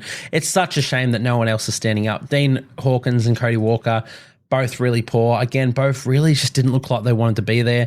Thought Tavita Satola, he was fine. He was good, I guess. Damien Cook, he was all right. Tom Burgess, not his best game in my opinion, honestly. It's just, I don't know what to say. Keon, he's been all right. Cameron Murray. It's just, there's not much to say about the Rabbitohs, unfortunately. They're in a tough position. I don't know where they go to from here. And unfortunately, Lachlan Ilias has badly broken his leg in the New South Wales Cup game before this, so he's expected to miss a lot of the season. It's so obvious he wasn't the problem, and I think a lot of people knew that from before it happened. He's been made the scapegoat, and now he's injured himself in New South Wales Cup. And it's just awful because he needs to be in this side. Not that Dean Hawkins is the problem, but he's not the answer. I don't know what the answer is for the Rabbitohs. I do not see them going on a run. I do not see them getting anywhere close to the top 8. I think they are a bottom 8 side, and we're going to live with that. But we'll have to see how they go. I don't know what changes you can make to fix this, but they're a basket case at the moment, and it's hard to find positives, especially maybe if they get Cameron, what's his name? Who's the centre? Campbell, not Cameron. Campbell Graham back. He can bring something. I'm hearing Jai Arrow actually is expected to miss the season now. He was hoping to come back in like 5 weeks. I think he's missing for the season now. I don't know where the Rabbitohs go, but another disappointing performance. I don't want to spend too much time on it. We'll move on to the next game. This podcast has already been going for way too long. So we'll move into... Oh, hang on. I didn't go through the Warriors. Woo, guys, woo. Let's go through the Warriors standouts. Now, I will try and make it quick so I don't, just be a little bum boy for them. So let's go through them. Sean Johnson, fantastic game. As I said, obviously made my team of the week on the bench. Probably could have made the run-on team. 2 tries from him, both of them supporting up the middle as if he was a fullback. Showed he's still got a bit of pace in the 33, 34-year-old legs, supporting up the middle. Yeah, scored 2 tries, literally just supporting it as if he was playing fullback. Came out with 2 try assists, 2 short ball try assists, 1 to Rocco Berry when he was playing on the right. Rocco Berry crashed over, and another to Jackson Ford on the left. It's just what Sean Johnson brings. He's one of the best players in the competition at the moment. Obviously, I think a lot of people agree he should have been the Dally M winner last year. He's playing the same sort of footy right now. So Sean Johnson was absolutely fantastic. Wade Egan, I speak about him every single week, so I don't want to repeat myself, but I think he's the best hooker in the NRL right now, or maybe Apasai Coruscant is. In terms of performances, I'm not saying he's the out-and-out best player. I think Harry Grant is the best hooker in the NRL. But so far this season, in every game that Wade Egan's played, I think he's just been one of the best top 3 players on the field in every one. I thought he was arguably our best in this one, maybe behind Sean Johnson. The way he controls the ruck, the way his darts, just, honestly, again, I say the exact same things every week because they're not the most highlight reel plays. Maybe in this one they're more. He essentially set up all the breaks and all the tries. It was all off the back of Wade Egan. Yeah, his deception from dummy half, it really is up there with the best. He put Tamari Martin away. He put Charles Nicoll-Klukstad away. Just incredible. Look, I'm not going to keep going on it, but he had a 10 out of 10 performance. He really did. There was even a moment in the second half where he leapt high and caught the ball or tapped the ball back off a short kickoff, which was just incredible. Like, he's just one of those players now, Wade Egan, 10 out of 10 performance, like genuinely. 10 out of 10 performance. He made my team of the week. We won't spend too much longer on him. Tamari Martin, I thought Chanel Harris-Tavita was going to get the nod above him for the vacant 5/8 position. Not the case. Tamari Martin got the pick, and I was completely fine with that, and I'm happy he did because he had the best game I've seen him have in Warriors colours, and probably the best game I've seen him have since he was a Cowboy, since that 2017 run for the Cowboys. Tamari Martin in this game, was absolutely fantastic in every facet of the game. Again, let's look at stats. I'm trying to think of moments he had off the top of my head. Just he defended so well. He obviously had that break. I think he made the break and linked to Sean Johnson. Yeah, that would have been Tamare. But there you go. 2 line breaks from Tamare Martin, 1 try from Tamare Martin, 7 runs for 85 metres, 2 line breaks, 1 try assist, 3 tackle breaks. And how did he go defensively? He made 22 tackles, only 3 missed. He also had an intercept, like one of the best games I've seen from Tamare Martin in a long time. So awesome for him. Charles Klukstad in his first game. I really hope he shut up everyone calling for Roger to be fullback. Roger, he ran for almost 300 metres last week. He wasn't actually that great. I mean, he was fantastic, don't get me wrong. But the things that Charles Klukstad brings, Roger can't do anymore. I think the Warriors are suited to a ball-playing fullback. And we're saying ball-playing fullback as if he runs for 40 metres a game and gets 3 try assists. Charles Klukstad, in his first game back from injury, had 24 runs, 263 metres, 1 line break assist, 2 try assists in his first game back. We need to stop thinking that he's not an elite fullback right now. He is so perfect for the Warriors system, and he had an incredible game of rugby league here. Can we put it to bed? Roger is going to be our centre. That's always been how it's going to be. Stop calling for it to be changed. It was never going to be changed, and this is why.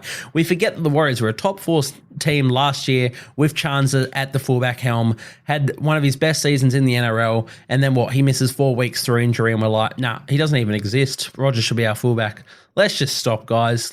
Jesus, open your eyes. Chance is the best fullback in our club. Roger might be the best player in our club, honestly, but Chance is the best suited fullback for our team. Yeah, 2 try assists and you're still running for 264 metres. What more do you want from your fullback? Fantastic game from Chance. I'll just rattle off some other names for the Warriors that I don't want to, step too far into. Rocco Berry, incredible defensively, done a lot of cover-up work. I think defensively he's one of the better centers in the competition already. I've been so impressed with him. It didn't do too many run meters, but defensively fantastic. Roger, he was good again, scored a try at right wing in his 200th game, so fantastic achievement for Roger to knock out 200 games in the NRL and to score a try in your 200th. Fantastic for you.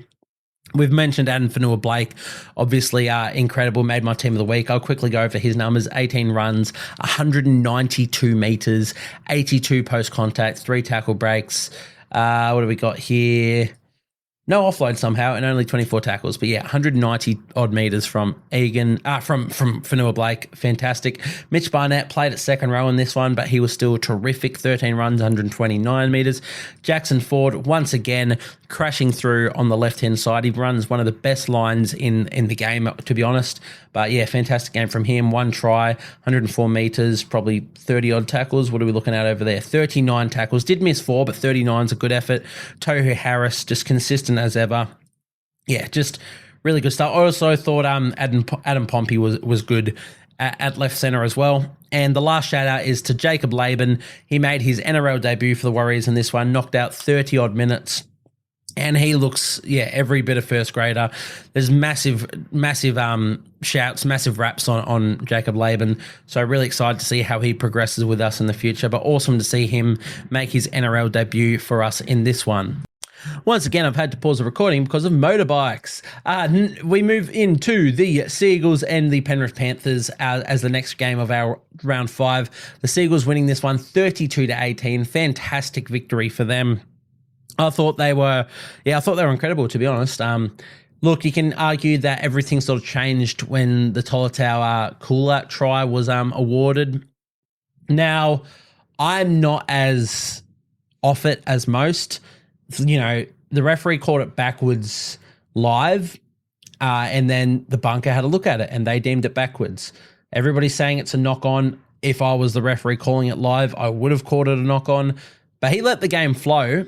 And I think the credit should be given to Tolotau Kula for playing to the whistle. You taught that. You play to the whistle. And I'm pretty sure Ivan Cleary came out and he said that as well. Look, it's a knock on. It's a knock on every day of the week, but it's our fault for literally not playing to the whistle, and that's how I see it. The referees had a look at it. The video ref had a look at it. They deemed it knocked back. Whether or not you agree with that, that's a different story. But it's on the Panthers to defuse that situation. If they played to the whistle and they, jumped on that ball or chased Cooler, maybe it doesn't happen. But the reality is Cooler picked it up. Cooler ran the length of the field and he scored a try. And from then on, the Seagulls, they sort of ran away with it. They were fantastic, to be honest. Also, what a sight to see Tolutau Cooler in space. One of the quickest in our game. That was really good to see. But moving on, I thought the big winner for the Seagulls in this one was how their forward pack took it to the Penrith Panthers. The Penrith team, they've very much been known for how dominant they are in defense. Leota and Fisher Harris are two of the best defensive front rowers in our competition, just from their structures, but also how hard they hit you, how much they wallop you. The Panthers, the Seagulls, they're like, well, you may hit us hard, but we're going to run at you harder.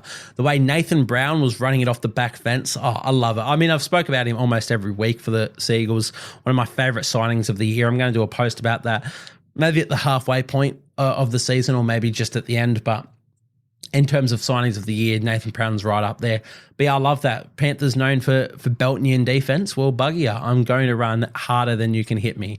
That was Nathan Brown. Toa Sipley off the bench. I thought he was terrific. He was very close to getting my bench player of the week over Daniel Saifiti, but yeah, he was incredible. Let's just go through a few of the stats, but all of their middle forwards I thought were incredible for the Seagulls. So Taniela Paseka, we spoke about close to my team of the week. He actually only ran 7 times for 101 metres. So he did have a line break in that, but I thought in his second stint, he was really, really good, really hard to handle. Josh Aloiai, only 37 metres from him. He still churned out 100 metres in that time. And then there are other bench forwards. As I said, Nathan Brown, only 38, so he didn't even play half the game. He had 14 runs for 112. And Toafofoa Sipley off the bench, 45 minutes. 17 runs for 143 metres. That's against the Penrith Panthers. If you're getting... The Penrith Panthers have kept players like Adam Fanua-Blake and Payne Haas to minuscule metres. When you have all 4 of your 2 starting front rowers and then your 2 bench front rowers coming on and doing that and running for that many metres against the Panthers, you're doing an incredible job. So I was, extremely happy. I loved how they played. Really like how they responded to their loss last week, the Seagulls. You've got to love that. Obviously, I talked about the standout Daly Cherry Evans in his 310th NRL game, in his 310th game for the Seagulls, which made him the all-time leader in Seagulls games over Cliffy Lyons. Important to note that the Beaver, I think he has more, but a few of those games are when the Seagulls were the Northern Eagles, so it's technically not for the Manly Warringah Seagulls. But regardless, Cherry Evans, he's the all-time leader in games played. He did it against the Penrith Panthers, and he came out. He had a try. He had 5 goals from 5. He had 6 goals from 6 attempts. He had 90 run meters. He had a line break assist. He had a try assist. He was everywhere in the field. And once again, we know how good he kicks, but Daly Cherry Evans, he made my team of the week at halfback. The circumstances of the game, the way he stepped up, it was one of the best performances of the year, in my opinion. So massive shout out to Daly Cherry Evans and fantastic achievement. I've never been the biggest Cherry Evans fan, obviously. There's been controversy here and there. Back in 2015 when he backflipped on the Titans deal, I think I had a lot of resentment towards him just for that. Not even because of the Titans, but just the circumstances. I've never liked that. The way he did it, etc. And then I think I just didn't take notice of him for a lot of years until the last 4 or so, where I think he's been one of the best halfbacks in our competition. And in between all that, he won a comp in his first year in the NRL in 2011. He won a Clive Churchill in his 3rd year in the comp in a losing team in 2013. He won Dally M Halfback of the Year in 2014. He's done essentially everything. He's played for his club. He's played for his country. He's played for his state. He's captained all of them. He's played 300 plus games. He's now the Seagulls' highest capped player. And somehow, I think every single year, he's getting better and better. So I don't have that resentment for Cherry Evans anymore. And honestly, I really wish I appreciated him a lot more back in those days, because even in his younger games, he was fantastic. But yeah, Cherry Evans, fantastic game from him, and a massive congratulations and shout out to Daly Cherry Evans for his achievements and how he played. Beyond that, for the Seagulls, Tom Trbojevic, he's been not quiet, definitely not quiet. You put the stats that Tom Trbojevic is doing this week for any other, if it was a blanket play and you saw those stats, you're going, fantastic game. That's a team of the week fullback. But it's Tom Trbojevic, and we just expect him to be the best player in the NRL. Still, he scored a try. He came up with a try assist. Yep, try assist, try, 3 line breaks, 6 tackle breaks, 20 runs, 176 metres. That's an incredible performance, but he just got outshone by Daly Cherry Evans and by, honestly, the forward pack. Just some of the other highlight reel moments for the Seagulls. I was really enjoying this game, really impressed with this game.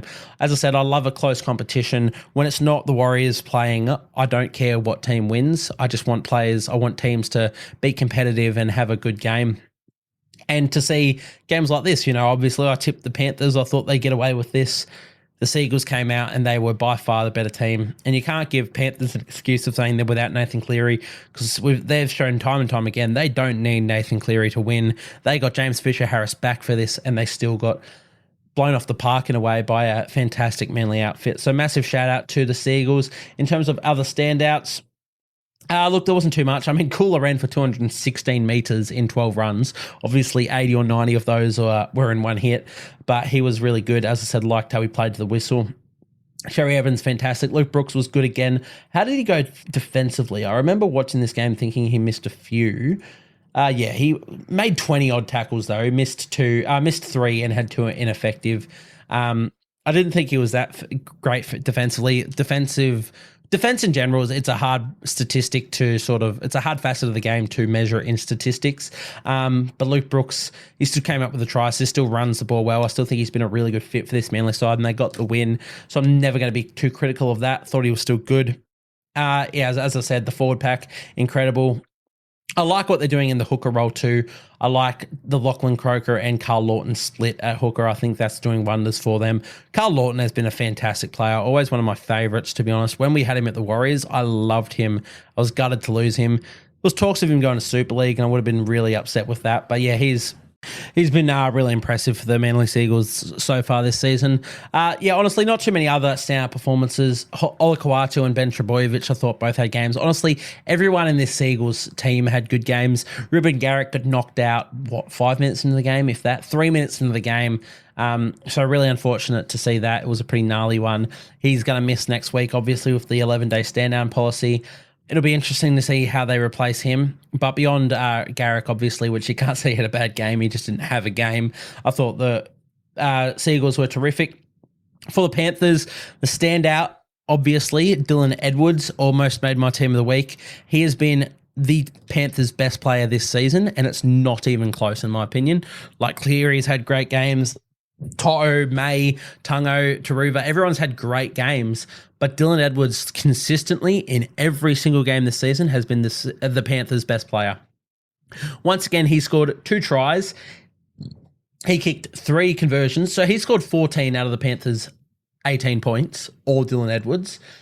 He assisted the other try, so he had a hand in every single one of the Panthers' points. Every single one of the Panthers' points was Dylan Edwards. Just let that sink in. He had 18 runs, 277 metres, 144 kick return metres. He did run about 80 metres of his own in a solo effort try. 8 tackle breaks. Dylan Edwards. Honestly, it's incredible how good he is. I said it last week. I said it the week before. He's an elite fullback in our game. So massive shout out to Dylan Edwards. Beyond that, there weren't too many standout performances for the Panthers. Brian To'o got through his usual work, so you have to shout him out every game. 20 runs for 206 metres from Brian To'o. I think Luai tried to start some stuff. I think Schneider, he scored the first try of the game. He was fine, not as good as he was last week, but I don't think why they lost this was on him. Honestly, their best other player, I thought, was Luke Garner. I thought he had one of his best games, maybe even his best game since joining the Panthers.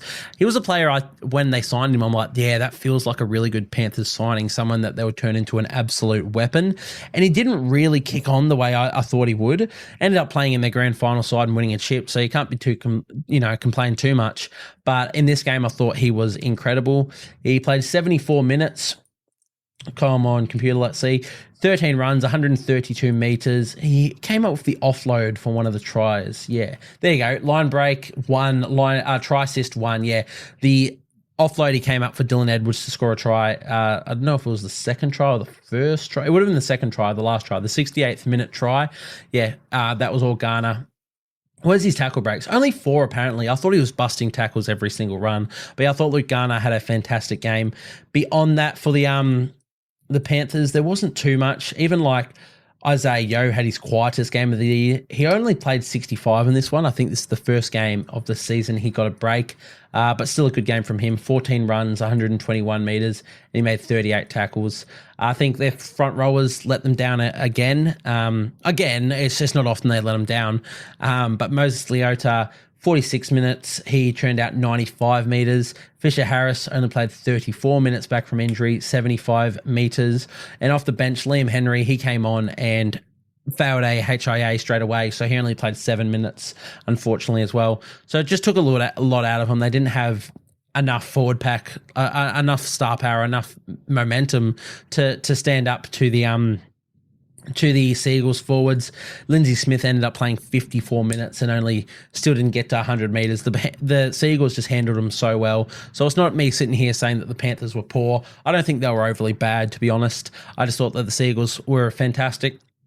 Obviously, takeaways from the game. If you're a Panthers supporter, you're not worrying a single thing. Honestly, if you're a Panthers supporter, you could lose 50-0 and you're probably still not worrying too much. You're the Penrith Panthers. You're making the finals. You're making the grand final. Let's be real. You're still without Nathan Cleary. You still had moments of really taking it to them. Wasn't your best performance, sure, but yeah, you're not going to sit here and think, oh shit, this is the end of the world. While if you're a Seagull supporter, so much to take out of this. You should be so proud of the way your team played. Yeah, they were fantastic. So we'll move on. I'm spending so long on this podcast. I was trying to make these all be a little bit shorter and hopefully get them down to like an hour and 20 minutes. I'm at an hour and 35 with 3 games to go. So we'll move on to the Dolphins defeating the West Tigers 26-16. Honestly, one of my favorite games of the round. I really liked how this one went. It wasn't a blowout. Not that there were too many blowouts this week. There were a few, but the more I think about it, there was actually a few. But I liked this one. It was in good conditions, which I think made for better rugby league. A lot of games this week were in absolutely torrential weather, and it was just hard viewing. Lots of errors, lots of, the Roosters Bulldogs game, penalties, injuries, everything was a wild game. Well, this one, good conditions. And yeah, both teams really came to play. Dolphins won 26-16, so it was a pretty close game. But the Dolphins were the better side. They deserved this win. It's good to see that the Tigers are putting in really good efforts. This is the Dolphins team that currently sit on top of the ladder, and they're playing some really good footy. But the Tigers, they're giving it to every team, and they've done this one without Lachlan Galvin, who I think is a massive piece of their team.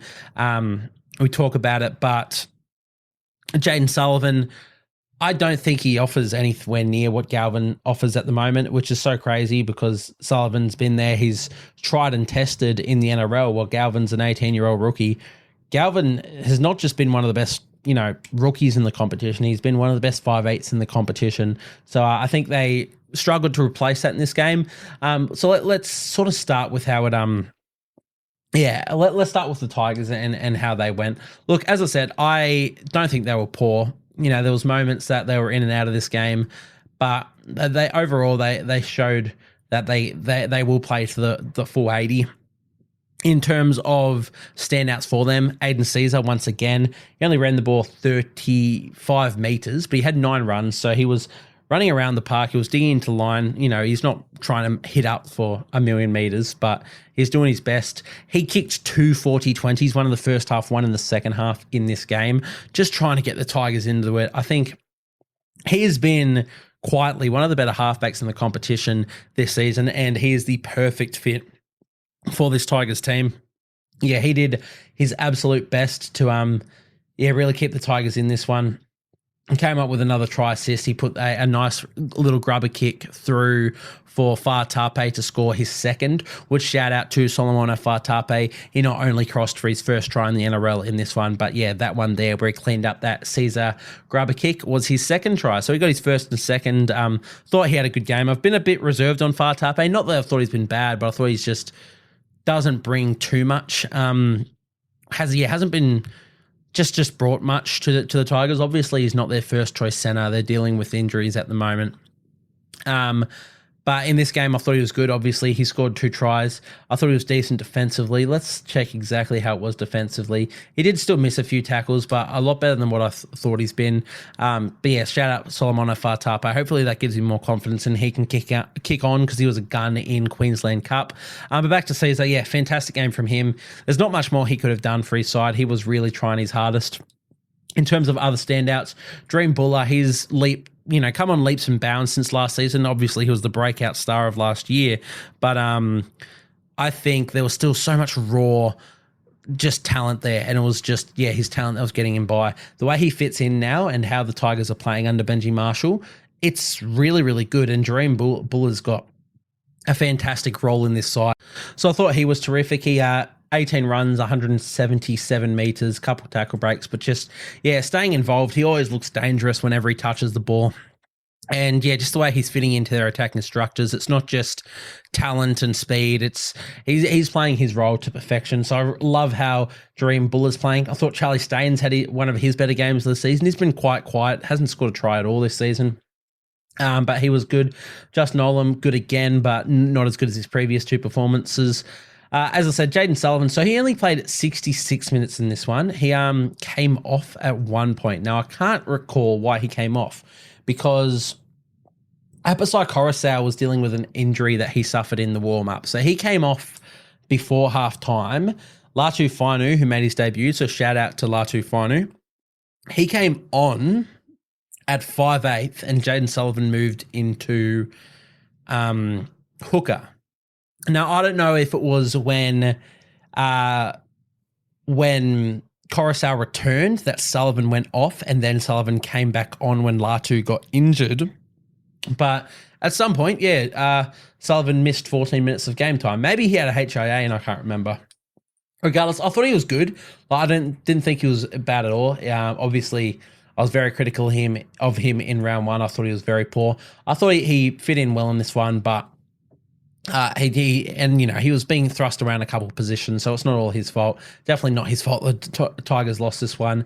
But yeah, definitely just, you could tell that they were missing Lockie Galvin in there, which is unfortunate for Sullivan because that's just going to be what he's tasked with now, to be like Lachlan Galvin, which is crazy when you're having to be the young gun now.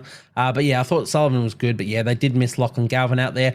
Stefano, he punched out 66 minutes, 16 runs, 162 meters, 54 post-contact, 6 tackle breaks, 41 tackles. Jesus Christ. Another one who I might have missed for my team of the week this week. That is incredible from Stefano. I didn't know he could do 66 minutes. That is ridiculous. I genuinely thought he'd be a 50-minute prop and that was just going to be his peak performance. But nope, 66 minutes from Stefano, incredible game. Interesting to note, David Clemmer only played 25 in this one. I don't know what I don't really understand a lot of the substitutions that go on at the Tigers, but I don't know where they're going with Clemmer, if he's on the outer or whatnot. But only 25 minutes from Clemmer, 6 runs, 61 meters. Papali'i, he was good as he has been. He's been quite consistent, very underrated for the Tigers this year. John Bateman failed a concussion, I believe, so he's going to miss next week. But he was I don't think he was very good at all in this game. Just getting quite rowdy, which I'm all for getting rowdy. I love that you've got John Bateman in your team to do that. But not the best performance from John Bateman. He's going to miss a week now, so interesting to see who replaces him. The big shout out I wanted to give for this side is Fanua Pole. I thought he was incredible at lock forward. 67 minutes, 18 runs, 171 meters, 70 of those being post contact. And how did he go defensively? He made 31 tackles and only 1 miss. I thought he was incredible. He was very close to getting the lock forward position in my team of the week over Paddy Carrigan. But yeah, Paddy was just a little bit better. But yeah, I think Fanua Pole, I wasn't convinced he was their best choice for lock forward, but he's convincing me more and more each week. He's looking really good. Besides that, as I said, shout out Latu Fainu for making his NRL debut. It is a bit of a shame. He picked up a bit of an injury in this one. I can't recall what it was. It might have been a hamstring injury, but regardless, it's still going to be a day to remember for the rest of your life, making your NRL debut. So awesome stuff to see for Latu Fainu. For the Dolphins, obviously they were the winners here, so we'll spend a little bit more time on them. Thought they were fantastic. They're winning in multiple different ways at the moment. They're showing just great grit and determination and talent and excitement, just everything across the park. Really fun footy side to watch at the moment. And I don't know, I'm still riding the highs of last year. Everyone, including myself, tipped them for last and convincingly last. And here they are 2 years in. Both, like last year, they started the season 3-0 and then lost to the Broncos, who were the only other 3-0 unbeaten side. This year, they've lost once, sure, but they're top of the table right now, 5 rounds in. They're playing incredible footy, and like for a new franchise, I think we gloss over it so quickly. They were only entered the competition last year, and they're leading the comp right now. They are playing incredible footy, and I think we're glossing over how big of an achievement that is. So I want to give them, a massive shout out. Their team in general, I'm so happy with how they're playing. Jesse Bromwich, I think, was fantastic again. He, especially his opening stint in this one, while last week, I thought he made my team of the week last week. I thought he was particularly good in his second stint. In this one, he was really, really good off the outset, just taking multiple carries a set. Put in a lot of work early. He ended up only playing the 49 minutes, but 103 meters from him. And just, the way he plays his footy is just really integral to the Dolphins. And the experience he brings, he's a really good fit for them at the moment. Thought he was fantastic. A lot of work early. I thought both Dolphins halves had incredible games, probably their best games of the season. It's really weird because I've been high on how Isaiah Katoa has been playing this season, but I've been very low on Cody Nikorima this season. But I thought Cody Nikorima was, fantastic. Easily his best game of the season. And the best part about, I've talked about both the halves here, is that they combined with each other for the kick. Isaiah Katoa put in the kick that Cody Nikorima scored off, and that was awesome. When you see halves combine, it's one of the best sights in rugby league because you're not meant to be on each other's side of the field. And in fairness, they weren't. But for them to call to each other and just play through each other, that's awesome to see. Isaiah Katoa getting that try assist, Cody Nikorima getting that try. Nikorima in particular, he was lots of early touches, was running the ball, stepping around. He had that Harbour Bridge pass out to Jack Bostock, which created a line break and led to the opening try. Who was the opening try to? Oh, Isaiah Katoa, there you go. So essentially they assisted to each other because Cody Nikorima, threw a beautiful ball out to Bostock, who made a break down the wing. Bostock kicked back inside, and Katoa scored off that. And then, as I said, later in the game, 61st minute, Isaiah Katoa dribbles a beautiful kick in for Cody Nikorima to score. So, really, really good game from the halves. Isaiah Katoa, let's touch a little bit more on him. His kicking game was actually extraordinary. I always thought that he was built more as a 5'8". I thought he was going to be a running player, low to the ground, just natural instincts player, and he does have those natural instincts which make him fantastic. But his kicking game, his game management, for someone who's 19 now, it's come on in leaps and bounds. He's been absolutely fantastic this season, and in this game, he was incredible. Like, his kicking game was top notch. It was first class. So massive shout out Isaiah Katoa. Felice Kaufusi had a very good half. Did he come out in the second half? Where are we? No, he actually only played 28 minutes. There you go. I thought he played the entire half, but he was really good here in his 28 minutes before he got injured. He done a hamstring. He was hitting really hard in defense. He done some good cleanup work as well. He was the one who cleaned up. There was a loose ball. He cleaned it up and got the ball straight away to the Hammer, who raced away.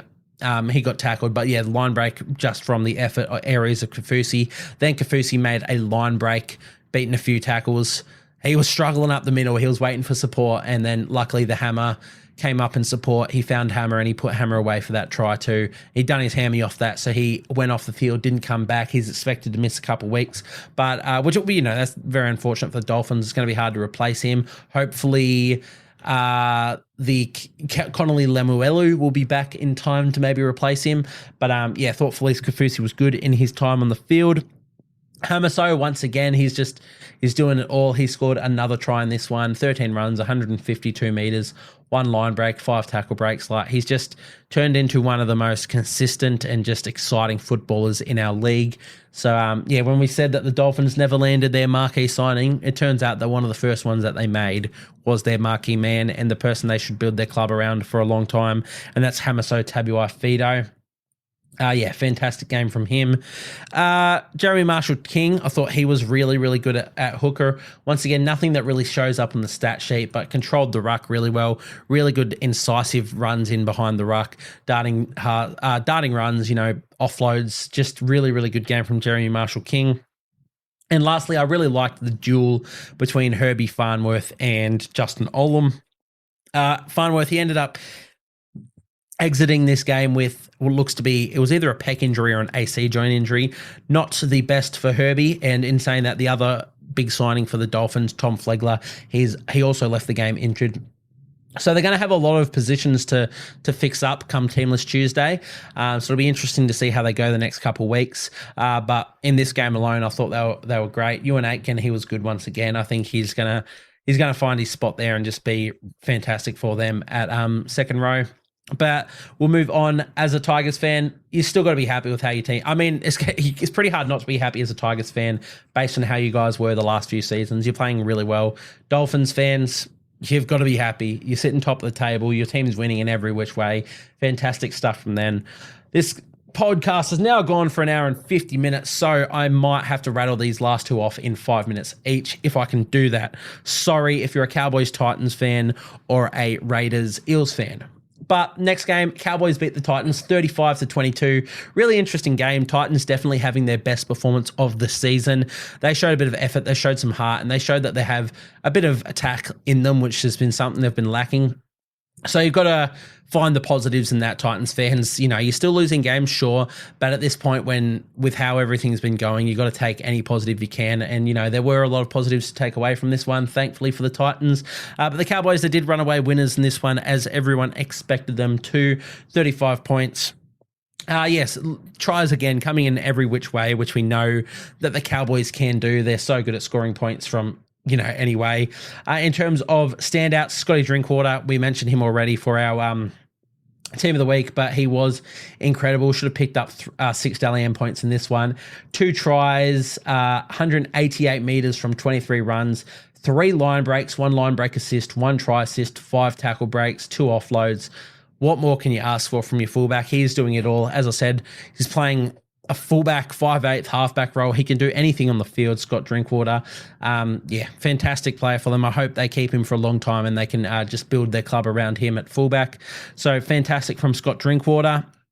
I thought the Titans were playing quite passive in defense, especially for that first half, which is how the Cowboys really got to roll on, which is it's a shame. They weren't showing any effort and enthusiasm.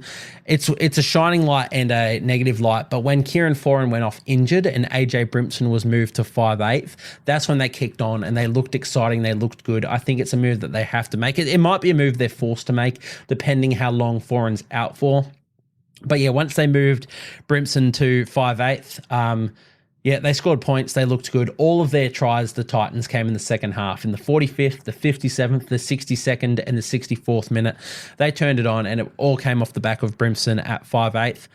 You've got to do it. Look, I thought Brimson was good at centre in this game again. His defence was really, really good out there. So I want to give him that shout out. It's not been Brimson's fault that they've been bad or he's been poor at centre. I think he's been good at centre, and he was again in this one.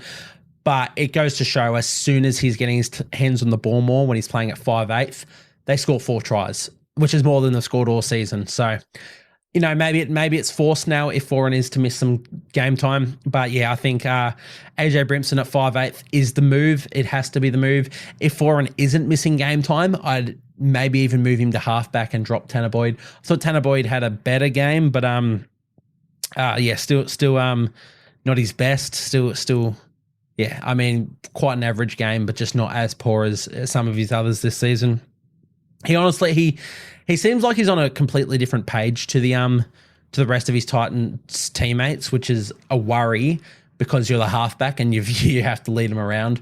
But in his kicks, in his runs, every time he's choosing to do something, whether or not it's the right decision, the rest of the team is on a completely different page. And it's just worrying signs at the moment. I think he could use some time in reserve grade, not just because it's his fault. I think the Titans have been poor in general, but I think, you got to try some things and maybe it'll give him some confidence if he can lead things around down in reserve grade. But yeah, Brimson, fantastic. David Fafita, back starting. I think he played the full 80. Let me check that. Titans, David Fafita, played 80 minutes, yes. Ended up starting in the second row. 21 runs, 179 metres, one line break assist, only 2 tackle breaks from Fafita. Just unwavering effort from him all game in this one. I thought he was absolutely fantastic for the Titans. Beyond that, Josiah Pahulu, I thought he was, fantastic. The debutant off the bench. He played 31 minutes, 7 runs, 65 metres. He just brought a lot of enthusiasm. Really liked what he brought for the club. Bo Fermor and Brian Kelly scoring in their milestone games. Fermor's 50th, Kelly's 150th, and they both scored tries. That was really great to see. Fermor had his best game of the season, 14 runs, 154 metres, 80 minutes, a try, 2 line break assists. Really good game from him. And as I said, Brian Kelly ended up making my team of the week. How'd he go? He had 1 try, 11 runs, 100 metres, 2 line breaks. And they didn't give him a try assist. Oh, no, true. He had a kick to Harley Smith-Shields that was taken back as a try assist. So that's unfortunate.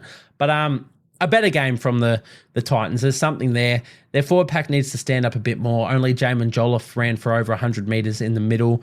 Beyond that, as I said, Fafita and Fermor ran for 154 and 179 at second row. But Mo Fodawaker, he needs to stand up more. One of the better front rowers in our league on his day, and he hasn't done much at all. I realised I've glossed over the rest of the Cowboys team, so let's go back through them and give them shout-outs. Valentine Holmes, as I said, was close to my team of the week. 17 runs, 216 metres, 1 line break, 2 line break assists, 1 try assist, 4 tackle breaks, 5 conversions, 10 points. He was really, really good, really hard to handle.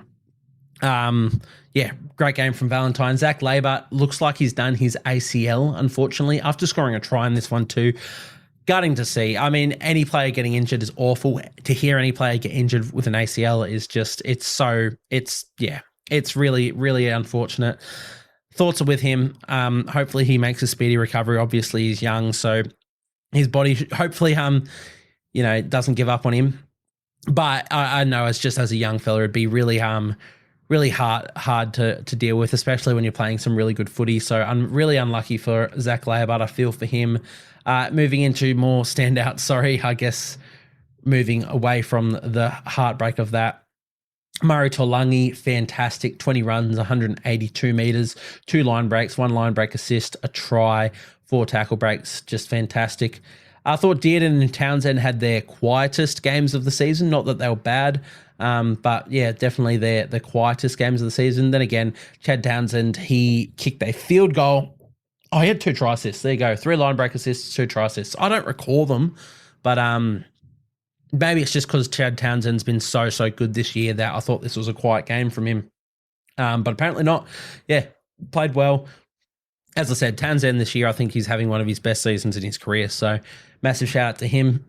The forward pack, McLean 121 metres, Taumalolo 116, and only 32 minutes. Again, they were up. They bring him off. The massive, the big one here probably should have made my team a week over Wade Egan, but I'm a Warriors fanboy.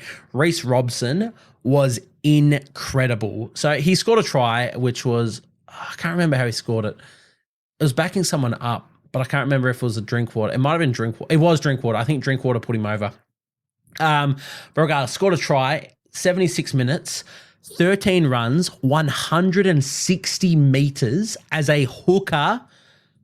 My God, 2 line breaks, 1 line break assist, 3 tackle breaks, 29 tackles, 2 missed.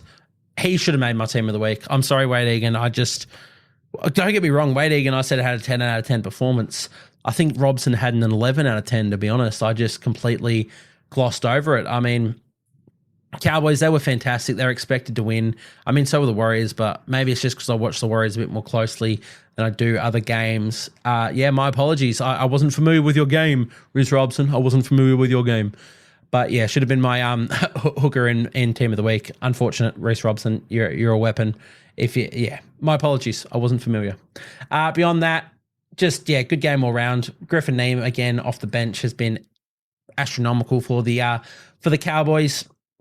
And I think he's just been a big draw card for them. But yeah, fantastic game from the Cowboys. You know, they'll be disappointed in that second half, leaking 22 points to the Titans. But you still got the result. You still scored 35 of your own. They're not premiership favourites or anything just yet. There's still a few things that they can still fix up in their game.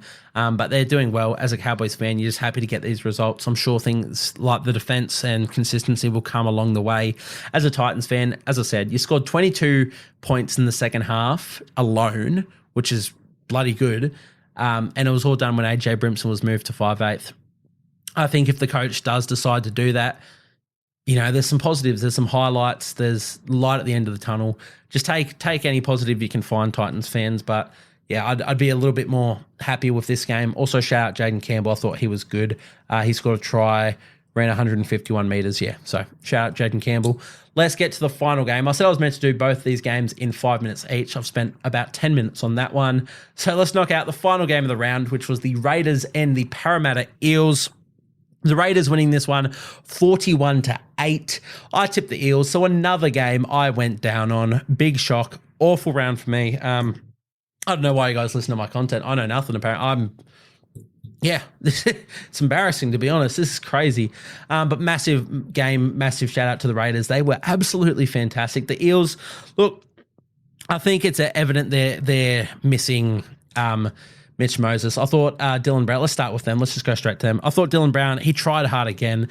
If you watch the game, he's everywhere in every cover tackle. Matt Timoko, his incredible try where he fended the player off, it was Dylan Brown. If you just keep an eye on Dylan Brown from where he comes to make that tackle, even though he doesn't get it done, you got to see the effort. If you watch just Dylan Brown, if you go back and watch this game and just focus on Dylan Brown, he's constantly making runs and making tackles and trying to just get back on all these cover efforts. He puts in 110% for the Eels. And honestly, he wasn't bad at halfback. I thought he kicked pretty decently well. And he even had that try assist out to Marcus Seaver. He wasn't bad, and his defense, his efforts are always there, but they are so obviously missing Mitchell Moses. I think Mitch Moses has one of, if not the best kicking game in the NRL, and he's just game awareness and game management in that halfback position. He's one of the best in the game at it. They're missing him big time. Blaze Talangi, I think he was all right, and he's looked good in the NRL so far. I don't think it's anything against him at all. I think he's got a massive future in the league. And honestly, I'd be tempted to find another place for him in this side. But I think what's best for the Eels, if they want to, like Moses is out for another 8 weeks or something. If you want to be competitive and still have a chance of making finals, you need to win games in between that 8 weeks. And I think maybe the best thing for the Eels is to move Dylan Brown back to 5'8", where he's more naturally suited. And young Ethan Sanders, I think, he's one of the most highly touted prospects in our lower grades coming through at halfback. He's apparently might be going to the Raiders next year. I don't know if that was ever confirmed, but the Raiders were really after him. I don't care if he is going to the Raiders and you're giving him more development than you should. You need to win games now. I think Ethan Sanders at halfback is the way that you need to go. It's not necessarily because Talangi's been bad. I don't even think it's because Dylan Brown's been bad. I think it's just because you need that role. You need a halfback who can control the game. I think Ethan Sanders, he's young. It might be a tough ask for him, but you have to give that a go because right now, if you're losing 41-8, there's not much else you can do.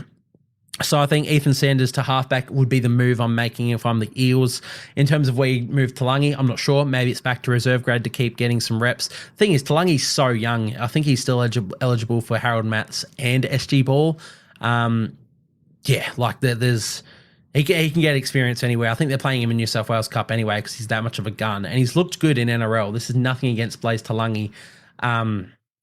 Maybe move him to centre, I'm not sure. But I think, yeah, bring in Ethan Sanders if you're the Eels. In terms of standouts for them, really hard to find any. I said Dylan Brown was good. He tried hard. He wasn't necessarily a standout because I don't know if there were standouts for the Eels, unfortunately. But, yeah, I thought Dylan Brown tried really, really hard. He probably missed a few tackles. Yeah, 3 missed, 3 ineffective. He made 25, and as I said, it's his effort areas. He was trying. He still came up with a try assist. So, yeah, shout out Dylan Brown. Beyond that, yeah, there wasn't anyone who played considerably poor. Not that I noticed, at least. But just down on what they usually are. Clint Gutherson, he tried again, but not what he usually is. Only 87 run meters as opposed to 200.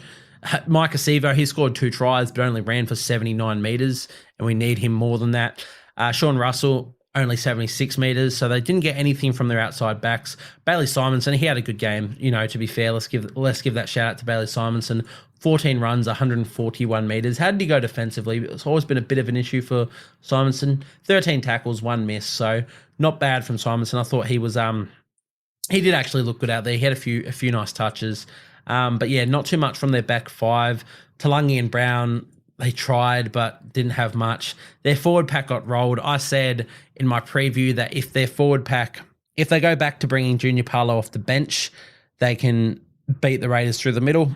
I was wrong. They did bring Junior Paulo off the bench and he had his worst game of the season. Just didn't have any impact. Regan Campbell-Gillard had a few brain snaps, a few things. He's probably going to be suspended. Joey Lussick had 2 runs for 7 meters in 80 minutes, which is a shame because he's been good this year. And that was, he just didn't offer anything in this game.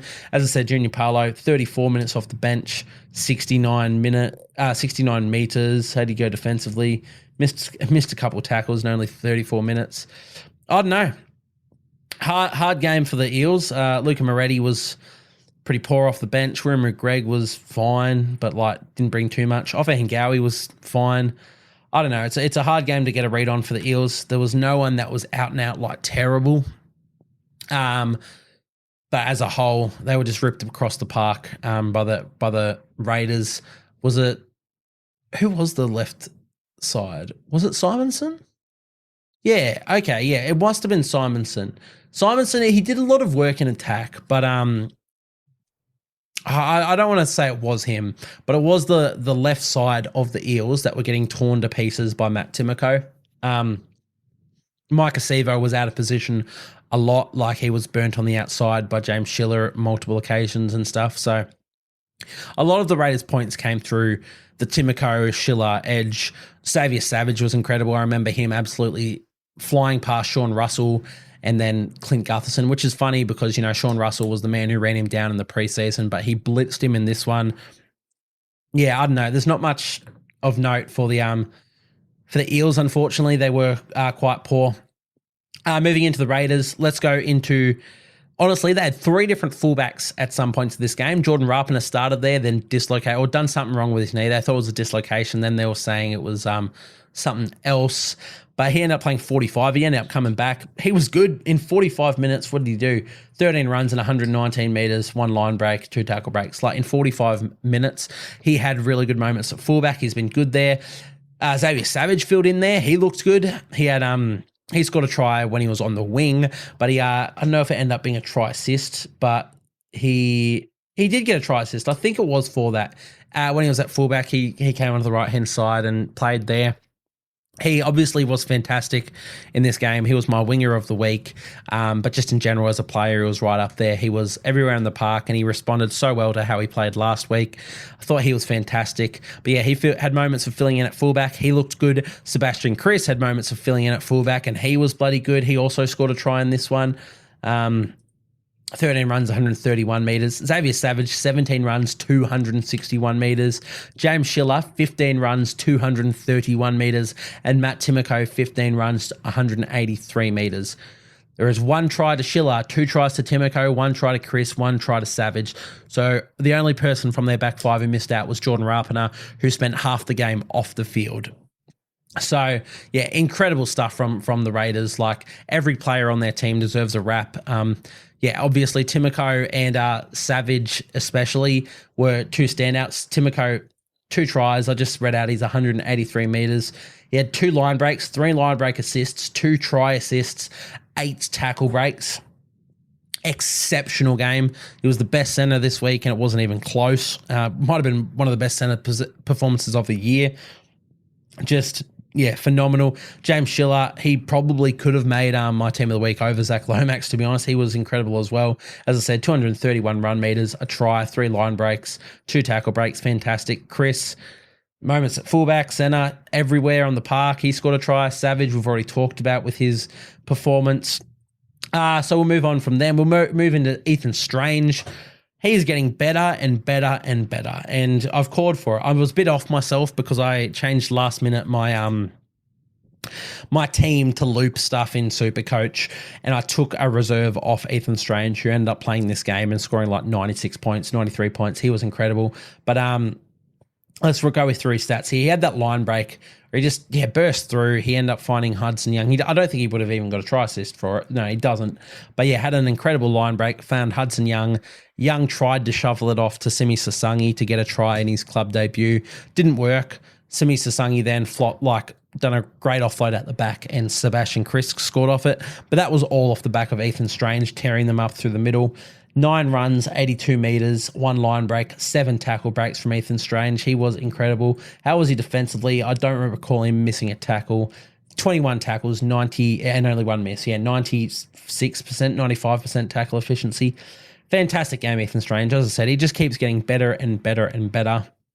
So it's so exciting for the Raiders. Jamal Fogarty quickly turned into one of the best kickers in our game. It's incredible what he's doing this season. He's never been a bad kicker, but I've always thought Fogarty was just a good, solid halfback. What he's doing this season is incredible.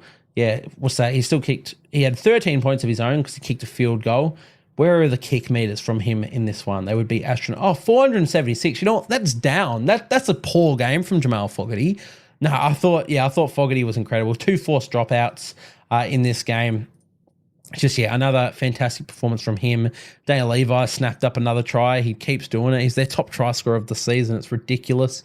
Tarpany, really good game. Hudson Young, as we said, very unlucky to miss out on my run-on team of the week, but he found himself a spot on the bench. He scored a try. He had 15 runs, 159 metres.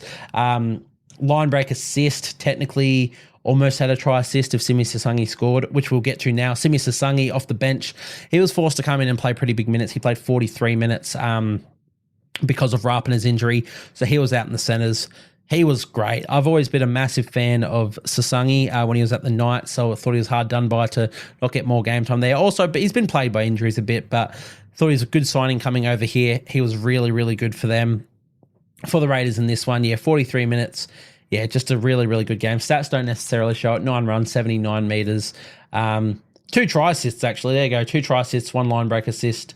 And no tackle breaks, allegedly. I don't know. Just a really good performance from Sasangi, especially for his club debut. Not the most, doesn't have too many games in the NRL, so for him to come out and do that was incredible. And finally, I thought Pasami Saulo and Morgan Smithies were really, really good for the Raiders as well. I'm sorry I couldn't spend more time on it. This podcast has gone for way, way longer. I just got a bit too into it today. Really enjoy my footy. I love chatting shit about footy. So, I'll wrap it up there. But fantastic game from the Raiders. Shout out them. And shout out your fans. I'm sure you're loving this season. But that'll do us there. Once again, I'll plug the Instagram. Lots of content coming there. And you can see the team of the week that I spoke about at the beginning of the podcast as well. So that's at Chip and Chase Podcast. If you're not following me on Instagram, please go and do so. But thank you guys for tuning in. If you come this far, thank you so much for actually listening to these. It means the world to me. Just a kid trying to, get into the world of podcasting and talk some crap about footy, because footy's the best thing in the world. So thank you guys. If you've made it this far, thank you guys so much. And I'll catch you guys next time.